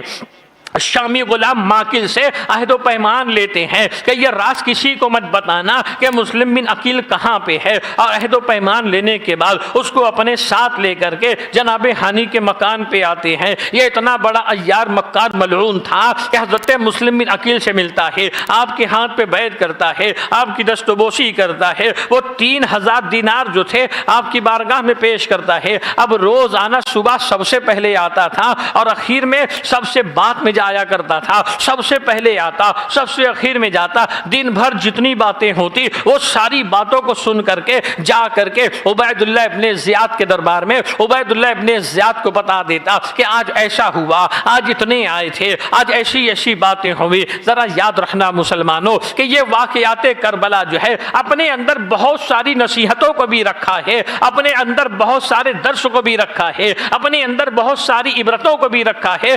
شرط یہ ہے کہ انسان اس سے عبرت حاصل کرے، انسان اس سے تعلیم و سبق حاصل کرے۔ اب جب عبید اللہ ابن زیاد نے پورے حالات سے آگاہی حاصل کر لی، اب یہاں پہ جناب ہانی عبید اللہ ابن زیاد ان دونوں کے تعلقات بھی بڑے اچھے تھے۔ حضرت جناب ہانی یہ کبھی کبھی عبید اللہ ابن زیاد سے ملاقات کے لیے جایا کرتے تھے، یوں سمجھیے کہ دونوں میں دوستی یاری بھی تھی، حال خیریت لیا کرتے تھے، ساتھ میں اٹھا بیٹھا بھی کیا کرتے تھے۔ مگر جب سے حضرت مسلم بن عقیل جناب ہانی کے مکان پہ تھے، آپ نے بیماری کا بہانہ کر کے جانا بند کر دیا تھا۔ اب یہاں عبید اللہ ابن زیاد اپنے سپاہیوں کو بھیج کر کے کہ ہانی کو بلوا کر کے لاؤ۔ جب سپاہی آتے ہیں اور آ کر کے عبید اللہ ابن زیاد کا فرمان سناتے ہیں کہ عبید اللہ ابن زیاد نے دربار میں بلایا ہے، جناب ہانی حضرت مسلم بن عقیل سے ملاقات کر کے آپ ان لوگوں کے ساتھ روانہ ہوتے ہیں۔ جب قلعے میں پہنچتے ہیں یا گورنر ہاؤس میں پہنچتے ہیں، آپ نے سلام کیا، عبید اللہ ابن زیاد نے جواب نہیں دیا۔ تھوڑی دیر کے بعد پھر آپ نے سلام کیا، اس نے کوئی جواب نہیں دیا۔ تیسری مرتبہ جب آپ نے سلام کیا تو غصے میں کہتا ہے اے ہانی، تم اپنے گھر کو سازشوں کا گہوارہ بنا کے رکھے ہو اور دشمنوں کو اپنے گھر کے اندر پناہ دے رہے ہو، اور حکومت کے خلاف جو ہے ان کی حفاظت کے لیے پیسے اور ہتھیار اکٹھا کرتے ہو۔ پہلے تو حضرت ہانی نے انکار کیا کہ نہیں، یہ ساری افواہ غلط فہمی ہے، ایسی کوئی بات نہیں، میرے گھر میں نے کسی دشمن کو پناہ نہیں دی ہے، اور حکومت کے خلاف یا جو ہے امور خلافت کے خلاف کوئی سازش کا اڈا میرا گھر نہیں ہے۔ جب آپ نے انکار کیا تو عبید اللہ ابن زیاد وہی شامی غلام کو بلا کر کے سامنے کھڑا کر دیتا ہے۔ جب شامی غلام سامنے آتا ہے، اب جناب ہانی کے پاس کوئی جواب نہیں تھا، اس لیے کہ چشمدید گواہ سامنے تھا، بس دل میں یہ سوچنے کے علاوہ کوئی دوسرا راستہ نہیں تھا کہ یہ وہی عیار ہے جو عقیدت کی آڑ میں دشمن نبھا رہا تھا۔ آپ جو ہے کہتے ہیں اے عبید اللہ، امام مسلم جو ہے یہ بغیر اطلاع کے میرے گھر آ گئے ہیں، میں نے ان کو دعوت نہیں دی تھی، میں نے ان کو بلایا نہیں تھا، وہ جب وہ میرے دروازے پہ آ گئے، مگر چونکہ خاندان رسالت کے ہیں تو میں ان کو منع نہیں کر سکا۔ عبید اللہ ابن زیاد سے جناب ہانی کہتے ہیں مجھے اتنی مہلت دے کہ میں ابھی اپنے گھر جا کر کے انہیں اپنے گھر سے نکال دوں تاکہ پناہ دینے کے ذمے سے میں بری ہو جاؤں۔ عبید اللہ ابن زیاد کہتا ہے ہرگز میں تجھے اس بات کی اجازت نہیں دوں گا، تو مسلم بن عقیل کو میرے حوالے کر دے۔ جناب ہانی کہتے ہیں اس لیے تیرے حوالے کر دوں تاکہ تو انہیں قتل کر دے اور شہید کر دے، ہرگز میں اپنے مہمان کو قتل ہونے کے لیے تیرے حوالے نہیں کر سکتا ہوں۔ اب جناب ہانی میں اور عبید اللہ ابن زیاد میں اسی بات کی تکرار ہوتی ہے۔ غصے میں عبید اللہ ابن زیاد کے ہاتھ میں چھڑی تھی، اس نے آپ کے چہرے پہ مارنا شروع کیا، جس کی وجہ سے آپ کی ناک کی ہڈی ٹوٹتی ہے، خون بہنے لگتا ہے۔ جب خون بہنے لگتا ہے تو آپ نے ایک سپاہی کے قبضے سے اس کی تلوار چھیننے کی کوشش کی۔ جب تلوار آپ کے ہاتھ میں آئی مگر سپاہی نے اپنی تلوار بچا لی تو عبید اللہ کہتا ہے ہانی اب تو نے اپنا خون ہم لوگوں کے اوپر مباح کر دیا ہے، ہم لوگوں کے لیے اپنا خون جائز کر دیا ہے، اور آپ کو مار کر کے زخمی کر کے ایک کمرے کے اندر بند کر دیتا ہے۔ آپ کو یہاں پہ قید کر لیا گیا۔ اب وہاں قبیلے کے اندر یہ افواہ ہوتی ہے کہ جناب ہانی کو شہید کر دیا گیا، جناب ہانی کو شہید کر دیا گیا۔ جب آپ کے قبیلے والے، چونکہ آپ قبیلے مذہب کے سردار تھے، تو پورا قبیلہ اکٹھا ہو جاتا ہے۔ اب پورے قبیلے کے مرد تلوار اور انتقام کا نعرہ لگاتے ہوئے جو ہے قلعے کے ارد گرد جمع ہوتے ہیں اور کہتے ہیں ہم نے اطاعت سے انکار نہیں کیا تو ہمارے امیر اور سردار کو قتل کیوں کیا گیا؟ ہم انتقام لیں گے، ہم بدلہ لیں گے۔ عبید اللہ ابن زیاد نے جب اس حال کو دیکھا کہ افراد باہر زیادہ ہے اور اندر کم ہے، اگر یہ حملہ کر دیں گے تو ہم لوگوں کے ساتھ ہوگا کیا، تو اس نے پھر ایک چال چلی، اس نے پھر ایک سازش چلی کہ حضرت جناب قاضی شرح کو بلوایا۔ قاضی شرح بھی اسی قبیلے کے تھے۔ قاضی شرح کو بلواتا ہے، اندر بلانے کے بعد کہتا کہ جا کر کے دیکھو ہانی زندہ ہے، انہیں قتل نہیں کیا گیا ہے۔ قاضی شرح جناب ہانی سے ملاقات کرتے ہیں۔ ہانی کہتے ہیں شرح جا کر کے میرے قبیلے والوں سے کہنا کہ اگر تم حملہ کر دو گے، اگر 10 آدمی بھی حملہ کر دیں گے تو ہم بچ سکتے ہیں اور یہ حکومت کو ہم پلٹ سکتے ہیں، اور میں خیریت سے ہوں، مجھے قتل نہیں کیا گیا یہ خبر دے دینا۔ جب حضرت قاضی شرح چلتے ہیں تو عبید اللہ ابن زیاد ان کے ساتھ اپنا ایک جاسوس لگا دیتا ہے کہ جا کر کے سنو یہ بات کیسی کرتے ہیں۔ یہ جاسوسی کرنے والے ہر زمانے کے اندر پائے جاتے ہیں، مگر یہ اپنا انجام نہیں جانتے ہیں کہ جاسوسی کا انجام کتنا بھیانک ہوتا ہے، کتنا عبرتناک اور دردناک جاسوسی کا انجام ہوا کرتا ہے۔ قاضی شرح آ کر کے جناب ہانی کے قبیلے والوں سے بتاتے ہیں کہ جو آپ کی شہادت کی خبر ہے، جو آپ کے قتل کی خبر ہے وہ غلط ہے، ہانی حیات ہے، مگر چونکہ جاسوس تھا اس وجہ سے دوسری باتیں آپ بتا نہ سکے۔ جب اپنے قبیلے والوں نے سنا کہ ہمارے سردار حیات ہیں اور ان کی شہادت کی خبر غلط ہے تو وہ سب کے سب منتشر ہو جاتے ہیں، وہ سب کے سب اپنے اپنے گھر چلے جاتے ہیں۔ اب یہاں پر حضرت امام مسلم بن عقیل کو خبر پہنچتی ہے کہ حضرت جناب ہانی کو شہید کر دیا گیا ہے، تو اسی وقت آپ اپنی تلوار ہاتھ میں لیتے ہیں، گھر کے باہر نکل کر کے آپ پکارتے ہیں ان لوگوں کو جن لوگوں نے آپ کے ہاتھ پہ بیعت کی تھی۔ آپ کی ایک پکار کے اوپر 40,000 کا مجمع جمع ہو جاتا ہے۔ آپ آ کر کے جو ہے پورے گورنر ہاؤس کا گھیراؤ کر لیتے ہیں، مگر آپ دیکھیں مسلمانوں، امام مسلم اگر چاہتے اس وقت حملہ کر دیتے، عبید اللہ ابن زیاد بھی گرفتار ہو جاتا، اس کے مددگار بھی مارے جاتے اور جتنے اندر قید سے سب رہا ہو جاتے، پھر یہی ایک قافلہ، یہی 40,000 کا سمندر جو ہے شام پہنچ کر کے یزید کے تخت کو پلٹ سکتا تھا، مگر اہل بیت نبوت جو ہے یہ ناحق کبھی کسی کا خون نہیں بہاتے ہیں، یہ تو صلح چاہتے ہیں، یہ تو امن کی زندگی پسند کیا کرتے ہیں، یہ سکون کی زندگی پسند کیا کرتے ہیں۔ امام مسلم نے کیا وہی کہ بات چیز سے بات بن جائے اور اسی خاموشی کا عبید اللہ ابن زیاد نے غلط فائدہ اٹھایا۔ اس نے فائدہ کیا اٹھایا کہ شروع میں جب وہ آیا تھا تو اس نے کوفہ کے جو بڑے بڑے سرداروں کو اپنے پاس قیدی بنا کر کے رکھا تھا، اب ان کو قلعے کی دیوار پہ چلا دیتا ہے، ان کے پیچھے ایک ایک آدمی تلوار لے کر کے کھڑا کر دیتا ہے، انہیں مجبور کرتا ہے کہنے کے لیے کہ اپنے اپنے قبیلے والوں سے کہو اپنے اپنے گھر چلے جائیں، اور ان کو مجبور کرو اپنے گھر جانے کے لیے۔ اب وہ سارے بڑے بڑے سردار جو عبید اللہ ابن زیاد کی قید میں تھے اب دیوار پہ قلعے کی چھت سے اعلان کرتے ہیں، اے میرے قبیلے والوں،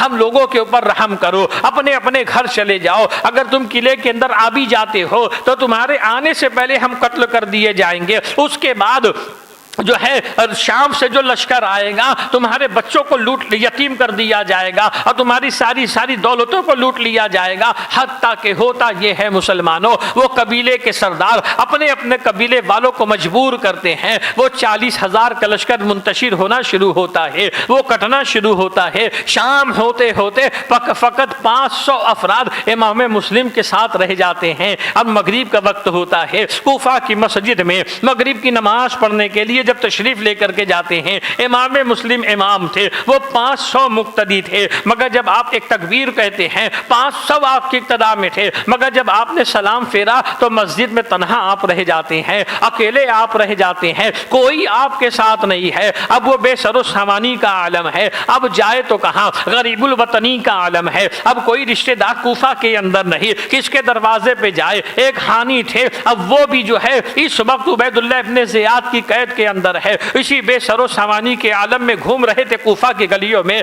پھر خیال پیدا ہوتا ہے کہ میں یہاں ہوں، میرے 2 چھوٹے بچے یہاں ہیں، اپنی جان سے زیادہ امام مسلم کو فکر ہوتی ہے کہ میں نے خط لکھ دیا حسین کو کہ حسین تم جلد کوفہ چلے آؤ، اس لیے کہ یہاں والوں کی محبت و عقیدت کو میں نے دیکھا ہے. 40,000 نے میرے ہاتھ پہ آپ کی بیعت کی ہے. امام مسلم نے حالات دیکھ کر کے پہلے ہی آپ کو خط لکھ دیا. اب امام مسلم پریشان ہوتے ہیں کہ میرا خط پاتے ہی حسین کو یقین و تسلی ہوگی، اب وہ مکے سے کوفہ کا ارادہ کر لیں گے. یہ لوگ میرے ساتھ ایسا سلوک کر رہے ہیں، جب میرے سردار حسین یہاں آ جائیں گے تو ان کے ساتھ ان کا رویہ کیا ہوگا، ان کے ساتھ ان لوگوں کا سلوک کیا ہوگا. اسی کشمکش میں تھے. پیاس لگتی ہے، راستہ چلتے چلتے ایک دروازہ کھلا دیکھتے ہیں. ایک خاتون دروازے پہ بیٹھی تھی، غالباً اس کا نام طوا خاتون تھا. اس سے کہتے خاتون مجھے پانی پلا دو. وہ اندر جا کر کے پانی لے کر کے آتی ہے. آپ پانی پیتے ہیں، اس کا شکریہ کرتے ہیں. وہ پانی کا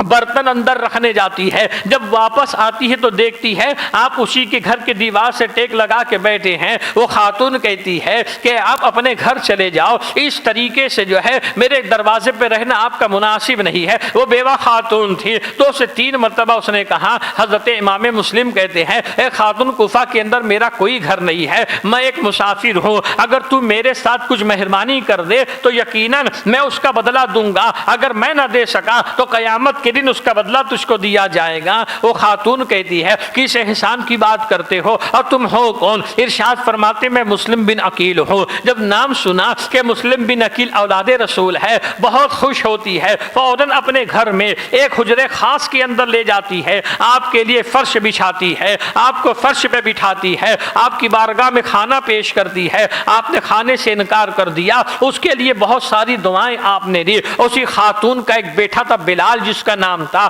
تاریخ طبرانی نے لکھا ہے کہ اس کی عادت اچھی نہیں تھی، وہ شرابی جواری تھا، وہ آوارہ تھا اور وہ رات گئے گھر آیا کرتا تھا. کافی رات گئے وہ گھر آتا تھا. اب وہ بوڑھی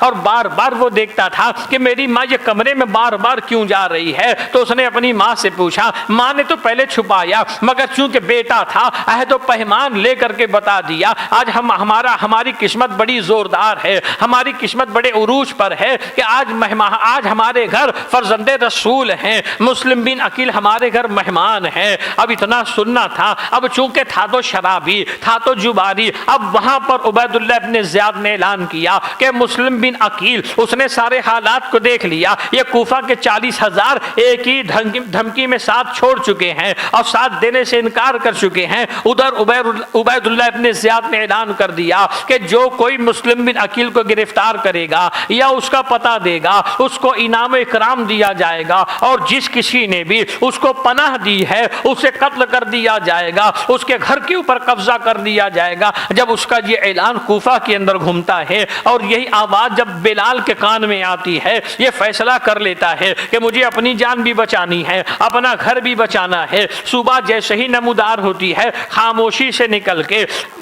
کسی کو اپنے ساتھ لے کر کے عبیداللہ ابن زیاد کے دربار میں جا کر کے بتاتا ہے کہ مسلم بن عقیل میرے گھر کے اندر آرام کر رہے ہیں، میرے گھر کے اندر روپوش ہے، چھپے ہوئے ہیں۔ اب یہاں عبیداللہ ابن زیاد اپنے سپاہیوں کو بھیجتا ہے کہ ان کو گرفتار کر کے لایا جائے، اور عبیداللہ کے سپاہی جب آتے ہیں حضرت جناب مسلم گھوڑوں کی آواز کو سن کر کے اور لوگوں کی پکار کو سن کے سمجھ جاتے ہیں کہ اب میری گرفتاری کا وقت آ گیا ہے۔ آپ میان سے تلوار نکال کر کے جیسے ہی گھر کے باہر نکلنے لگتے ہیں وہ سارے سپاہی گھر میں گھستے ہیں، آپ ان سے مقابلہ کرتے ہیں، آپ کئیوں کو زخمی کرتے ہیں، آپ کو بھی زخم لگتا ہے، آپ کے ہونٹ آگے کے کٹتے ہیں، 2 دانت ٹوٹ جاتا ہے۔ مختصر یہ مسلمانوں آپ کو جھوٹی امان دی جاتی ہے کہ آپ کے ساتھ کوئی نازیبا سلوک نہیں کیا جائے گا، آپ کو آپ کی جان کی امان دی جاتی ہے۔ جب آپ کو امان کی بات کی گئی تو آپ نے تلوار چلانا چھوڑ دیا، آپ کو چاروں طرف سے گھیر کر کے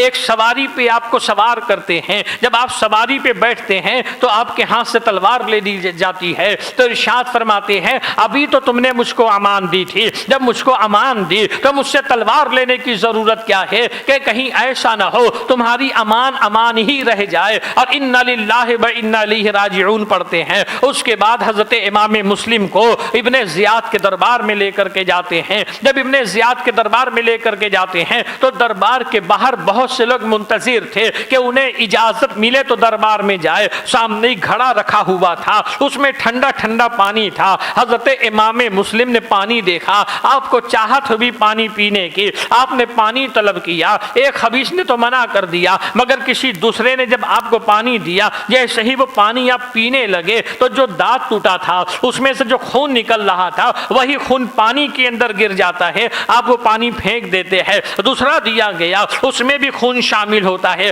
آپ اسے بھی پھینک دیتے ہیں۔ 3 مرتبہ جب ایسا ہی ہوتا ہے تو امام مسلم فرماتے ہیں شاید اب میرے نصیب میں حوض کوثر کا پانی ہے، رسول اللہ کے دست کرم کا پانی ہے۔ اتنا کہنے کے بعد جب عبیداللہ ابن زیاد کے دربار میں آپ کو پیش کیا جاتا ہے تو آپ سلام نہیں کرتے ہیں۔ ایک سپاہی کہتا ہے اے مسلم امیر کو سلام کرو۔ ارشاد فرماتے ہیں اگر امیر میرا قتل چاہتا ہے تو میں اسے سلام نہیں کروں گا، اور اگر یہ میرا قتل نہیں چاہتا تو اس کے اوپر بہت سا سلام ہے۔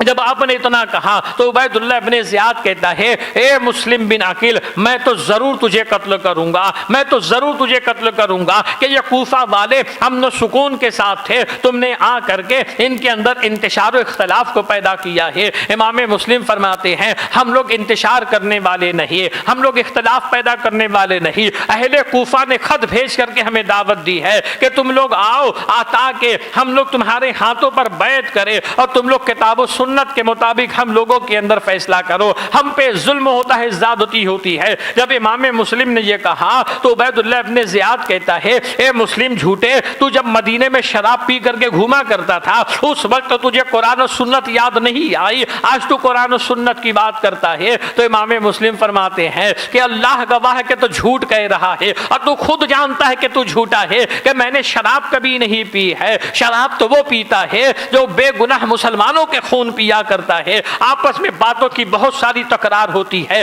آپ اس کی ہر بات کا جواب دیتے ہیں۔ غصے میں بے قابو ہو کر کے عبیداللہ ابن زیاد حضرت مولا کائنات کو گالی دینے لگتا ہے، امام حسین کو گالی دینے لگتا ہے، حضرت امام مسلم بن عقیل کے والد حضرت عقیل کو گالی دینے لگتا ہے۔ مگر جب بات گالی کی آتی ہے تو اہل بیت خاموش ہو جاتے ہیں، اس لیے کہ اہل بیت کبھی گالی کسی کو نہیں دیا کرتے ہیں۔ عبیداللہ ابن زیاد نے کہا اے مسلم میں تجھے اس طرح خدا مجھے مارے اگر میں تجھے اس طریقے سے قتل نہ کروں کہ ایسا قتل اسلام میں کبھی کسی کے اندر نہ ہوا ہو۔ آپ فرماتے ہیں یقیناً تو ہی اسی بات کا سزاوار ہے کہ اسلام کے اندر وہ ظلم کبھی نہیں ہوا جو ظلم کرنے والا تو ہے، جو زیادتی کرنے والا تو ہے۔ پھر اس نے اپنے غلام کو حکم دیا کہ مسلم کو جو ہے عمارت کے اوپر لے جاؤ اور چھت سے نیچے ڈھکیل دو تاکہ آپ کی ہڈی فسلیاں سب چور ہو جائے۔ اپنی شہادت سے پہلے آپ نے عبید اللہ ابن زیاد سے کہا مجھے اتنی مہلت دے تاکہ میں کچھ نصیحت کچھ وصیت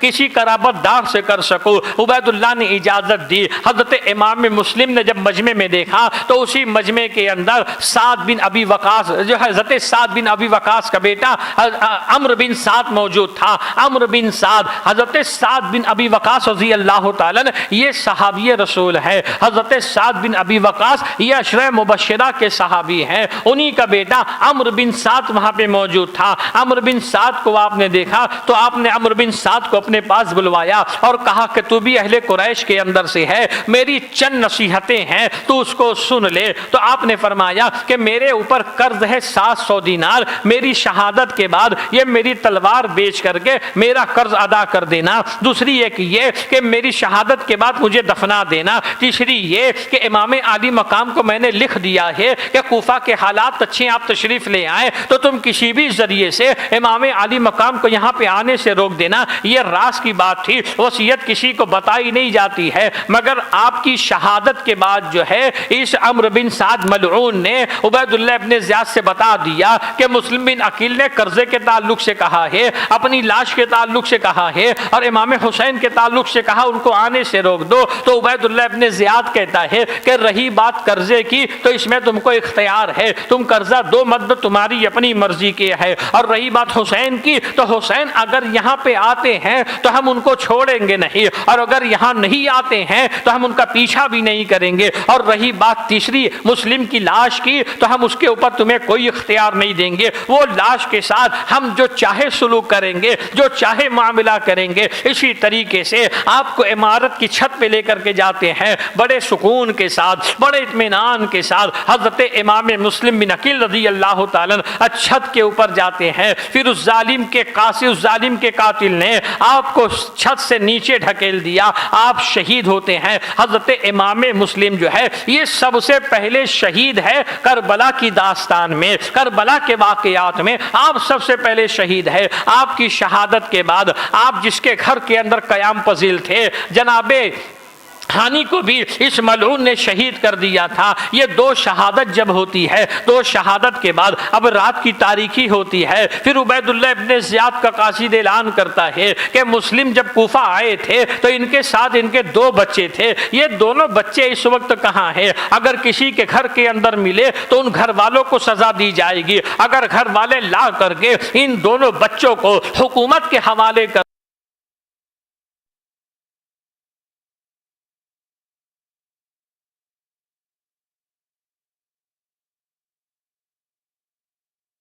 کے تھے۔ 8 سال اور 6 سال کی عمر کیا ہوتی ہے آپ اچھی طریقے سے جانتے ہیں مسلمانوں۔ یہ دونوں شہزادے قاضی شریح کے مکان پہ تھے۔ حضرت جناب قاضی شریح کو جب حضرت امام مسلم کی شہادت کا علم ہوا، اب دل تو خون کے آنسو رونے لگا، کلیجہ تو پھٹ گیا تھا، اس لیے کہ اہل بیت سے محبت کرنے والے تھے۔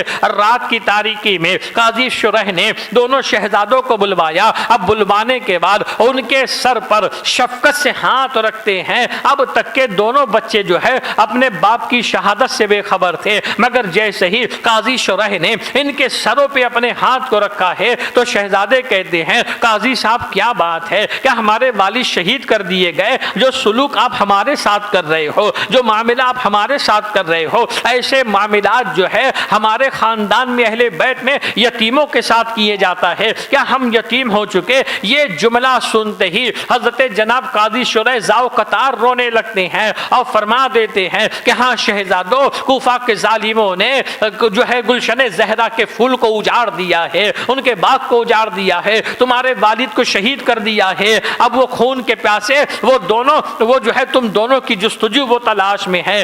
قاضی شریح اپنے بیٹے اسد سے کہتے ہیں کہ یہ رات کی تاریخی میں باب العراقین سے ایک قافلہ مدینہ جانے والا ہے، ان دونوں بچوں کو اس قافلے کے اندر شامل کر دو تاکہ کسی بھی ذریعے سے یہ بچے مدینہ پہنچ جائے۔ قاضی شرح نے بچوں سے کہا جب مدینہ پہنچنا، رسول اللہ کی بارگاہ میں حاضر ہونا تو میرا سلام حضور کی بارگاہ میں کہہ دینا۔ قاضی شرح کے بیٹے اسد نے دونوں شہزادوں کو ساتھ میں لیا۔ جب باب العراقین پہنچتے ہیں تو قافلہ تھوڑی دیر ہوا نکل چکا تھا، گرد و غبار نظر آ رہی تھی۔ قاضی شرح کے بیٹے اسد نے کہا کہ شہزادوں دیکھو یہ قافلے کی گرد و غبار ہے، دوڑتے ہوئے قافلے میں شامل ہو جاؤ۔ اب یہ دونوں شہزادے اپنا ننا پیر لے کر کے قافلے کا پیچھا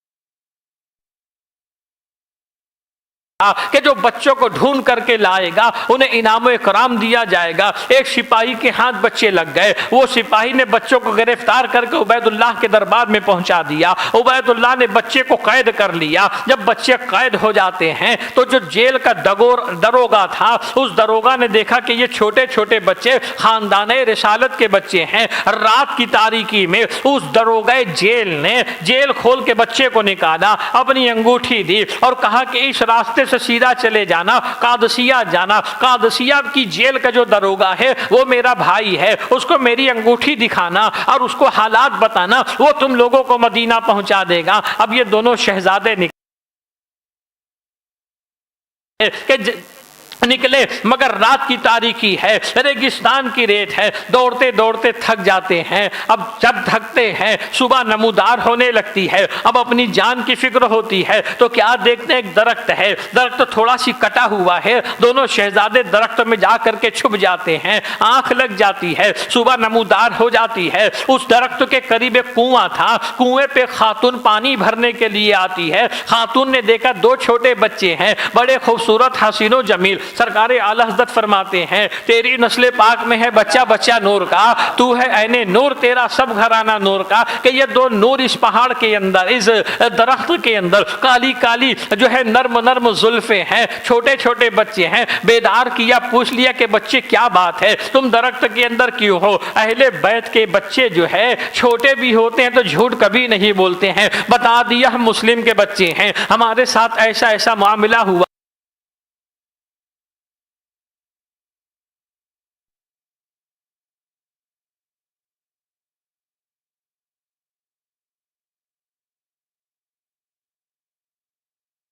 یہ شیطانی ملکہ دیکھو، یہ مسلم کے بچے اہل بیت کے بچے ہیں۔ اہل بیت کا نام سننا تو بہت خوش ہو جاتی ہے۔ وہ مقدس خاتون دونوں بچوں کی بڑی خدمت کرتی ہے اور بڑی جو ہے ان کی تیمارداری کرتی ہے، کھانا پیش کرتی ہے اور ایک پوشیدہ کمرے میں ان کو سلا دیتی ہے۔ اب اسی کا آدمی حارث تھا جو دنیا کا لالچی کتا تھا، جو دنیا کی دولت کا حریص انسان تھا، وہ ملعون انسان تھا کہ رات کی تاریکی میں وہ آتا ہے، کافی رات گزرنے کے بعد ہانپتے کانپتے آتا ہے۔ اب عورت نے پوچھا حارث کیا بات ہے، اتنا ہانپ کانپتے ہوئے کہاں سے آ رہے ہو؟ حارث کہتا ہے کہ عبید اللہ نے اعلان کیا ہے کہ مسلم بن عقیل کے بچوں کو جو گرفتار کر کے لائے گا اسے انعام و اکرام سے مالا مال کر دیا جائے گا۔ ان دونوں بچوں کی جستجو میں نکلا تھا، حتیٰ کہ ڈھونڈ ڈھونڈ کے میں تھک گیا، میرا گھوڑا بھی میرا ساتھ چھوڑ دیا مگر وہ بچے مجھے ملے نہیں۔ اب آدمی کی نیتیں بد معلوم پڑ گئی۔ اب عورت کا دل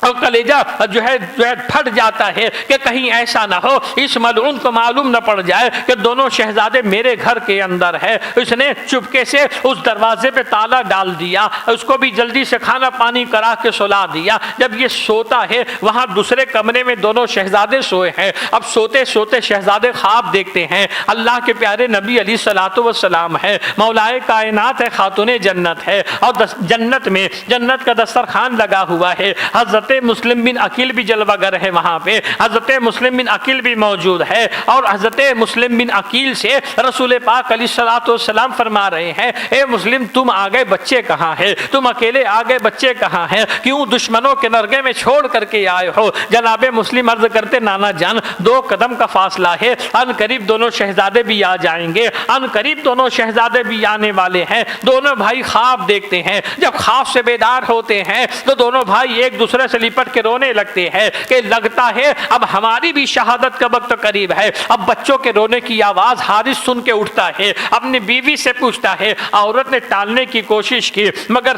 حارث کہتا ہے آواز ہمارے اپنے گھر کے اندر سے آ رہی ہے۔ وہ تالا کھلوا کے جب اندر گیا، بچوں سے پوچھا تم کون ہو؟ کہتے ہم مسلم بن عقیل کے بچے ہیں۔ حضرت مسلم کا نام سننا تھا، غصے سے بے قابو ہو کر کے دونوں شہزادوں کے جو ہے گورے گورے رخسار پہ تماچے مارنا شروع کرتا ہے، اور دونوں بچوں کو رسیوں سے جکڑ دیتا ہے کہ تم دونوں کے فراق میں میں دن بھر بھٹکتا رہا اور میرا گھوڑا بھی فوت ہو گیا، اور تم میرے ہی گھر کے اندر آرام سے سو رہے ہو، میرے ہی گھر کے اندر کھا پی رہے ہو۔ باندھنے کے بعد جب صبح نمودار ہوتی ہے، دونوں بچوں کو گھسیٹتا ہوا وہ نہر فرات کی طرف لے کے جانے لگا۔ بڑے اختصار سے عرض کر رہا ہوں، جب وہ نہر فرات کی طرف لے کے جانے لگا، اس کی بیوی نے روکنے کی کوشش کی، وہ بیوی کو بھی زخمی کرتا ہے۔ کنیز نے روکنے کی کوشش کی، وہ کنیز کو بھی قتل کر دیتا ہے۔ نہر فرات پہ لا کر کے اس ملعون نے دونوں بچوں کو شہید کر دیا۔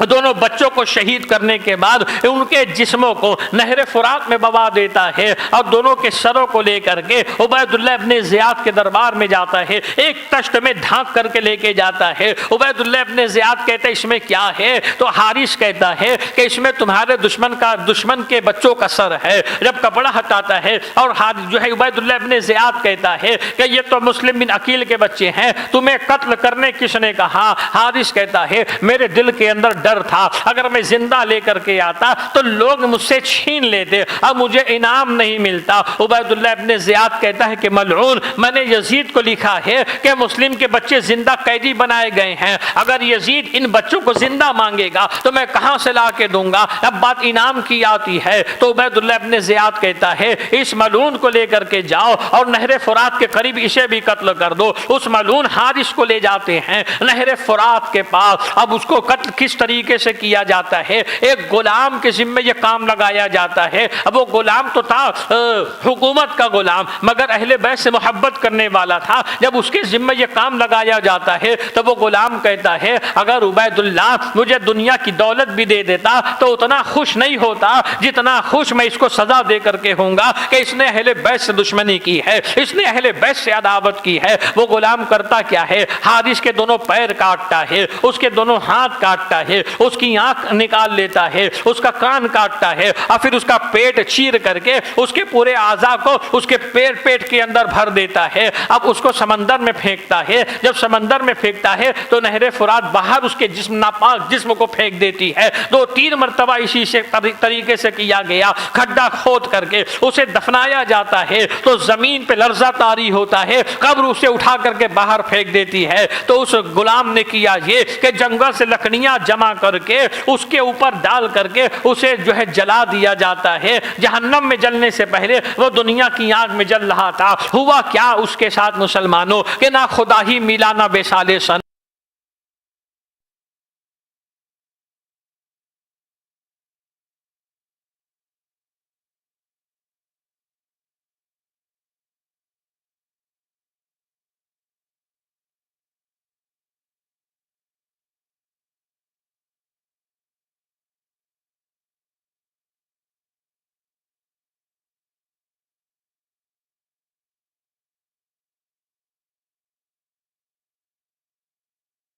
کام رضی اللہ تعالیٰ مکے سے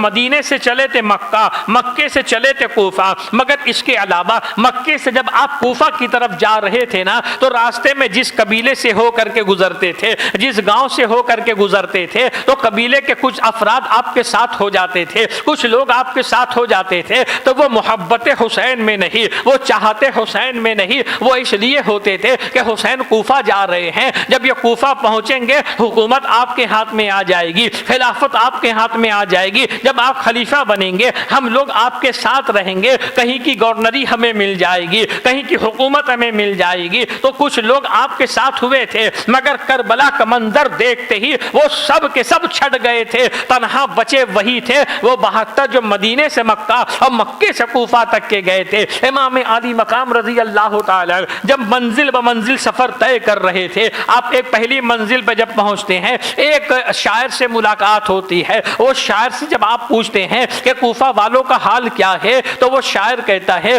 حسین کوفہ والوں کا حال پوچھتے ہو، بڑے باخبر آدمی سے آپ نے حال پوچھا ہے۔ کوفہ والوں کا حال تو یہ کہ کوفہ والوں کے دل آپ کی طرف ہے مگر تلواریں ان کی بنو امیہ کی طرف ہے، بنو امیہ کی طرف ان کی تلوار ہے۔ منزل بمنزل آپ یہ سفر طے کرتے جا رہے تھے، آپ ایک منزل پہ پہنچتے ہیں، آپ اس منزل پہ پہنچنے کے بعد اپنے قاصد جناب قیس کو روانہ فرماتے ہیں کہ کوفہ کی طرف جا کر کے اہل کوفہ سے اس بات کی خبر دے دو کہ میں عنقریب پہنچنے والا ہوں۔ اور وہاں ابن زیاد کو اس بات کا علم ہو چکا تھا کہ حسین مکے سے نکل چکے ہیں، وہ کوفہ کی طرف آ رہے ہیں، تو ابن زیاد نے کیا کیا، اس نے ناکہ بندی لگا دی۔ ناکہ بندی کیسی کہ کوفہ سے کوئی باہر نہیں جا سکتا اور باہر سے کوئی کوفہ نہیں آ سکتا۔ آپ کا غلام چلا تھا خبر لے کر کے اہل کوفہ کے پاس کہ حسین پہنچنے والے ہیں، آپ کو گرفتار کر لیا گیا۔ آپ کے غلام کو گرفتار کر کے جب ابن زیاد کے دربار میں پیش کیا گیا،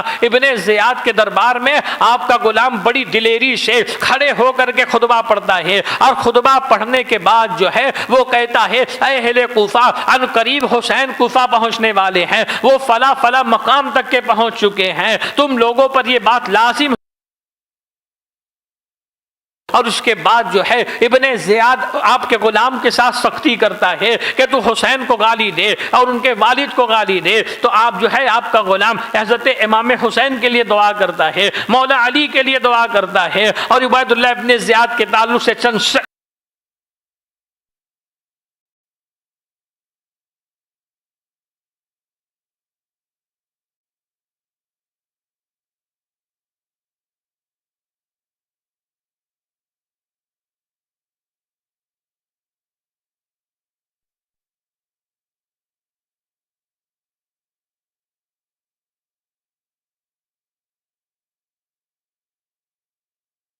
یہ شہادت کی خبر پہنچنے لگتی ہے تو امام عالی مقام اپنے احباب کو جمع کرتے ہیں، اور احباب کو اپنے ایوان و انصار کو جمع کرنے کے بعد ایک خطبہ پڑھتے ہیں، اور خطبہ پڑھنے کے بعد جو ہے حالات کی آگاہی دینے کے بعد کہتے ہیں اب حالات بے قابو ہو رہے ہیں، حالات ہمارے ہاتھ سے نکل رہے ہیں، میں تم سب کو اجازت دیتا ہوں کہ تم سب جو ہے یہاں سے جا سکتے ہو، تم سب مجھ کو اکیلا چھوڑ سکتے ہو، تمہارے ذمے کوئی کسی کی کوئی شکایت نہیں ہوگی، میں اپنی مرضی سے تمہیں اس بات کی اجازت دیتا ہوں۔ جب آپ اجازت دیتے ہیں، اجازت دینے کے بعد آپ خاموش ہوتے ہیں، تاریخ گواہ ہے مسلمانوں، وہ 72 جو مدینے سے چلے تھے مکہ، مکے سے چلے تھے کوفہ، اس میں سے ایک آدمی نہیں اٹھتا ہے۔ حضرت امام مسلم کے بھائی بھی آپ کے ساتھ تھے، وہ کہتے حضور اس لیے ہم چلے جائیں کہ ہمارے جانے کے بعد آپ کے ساتھ کیا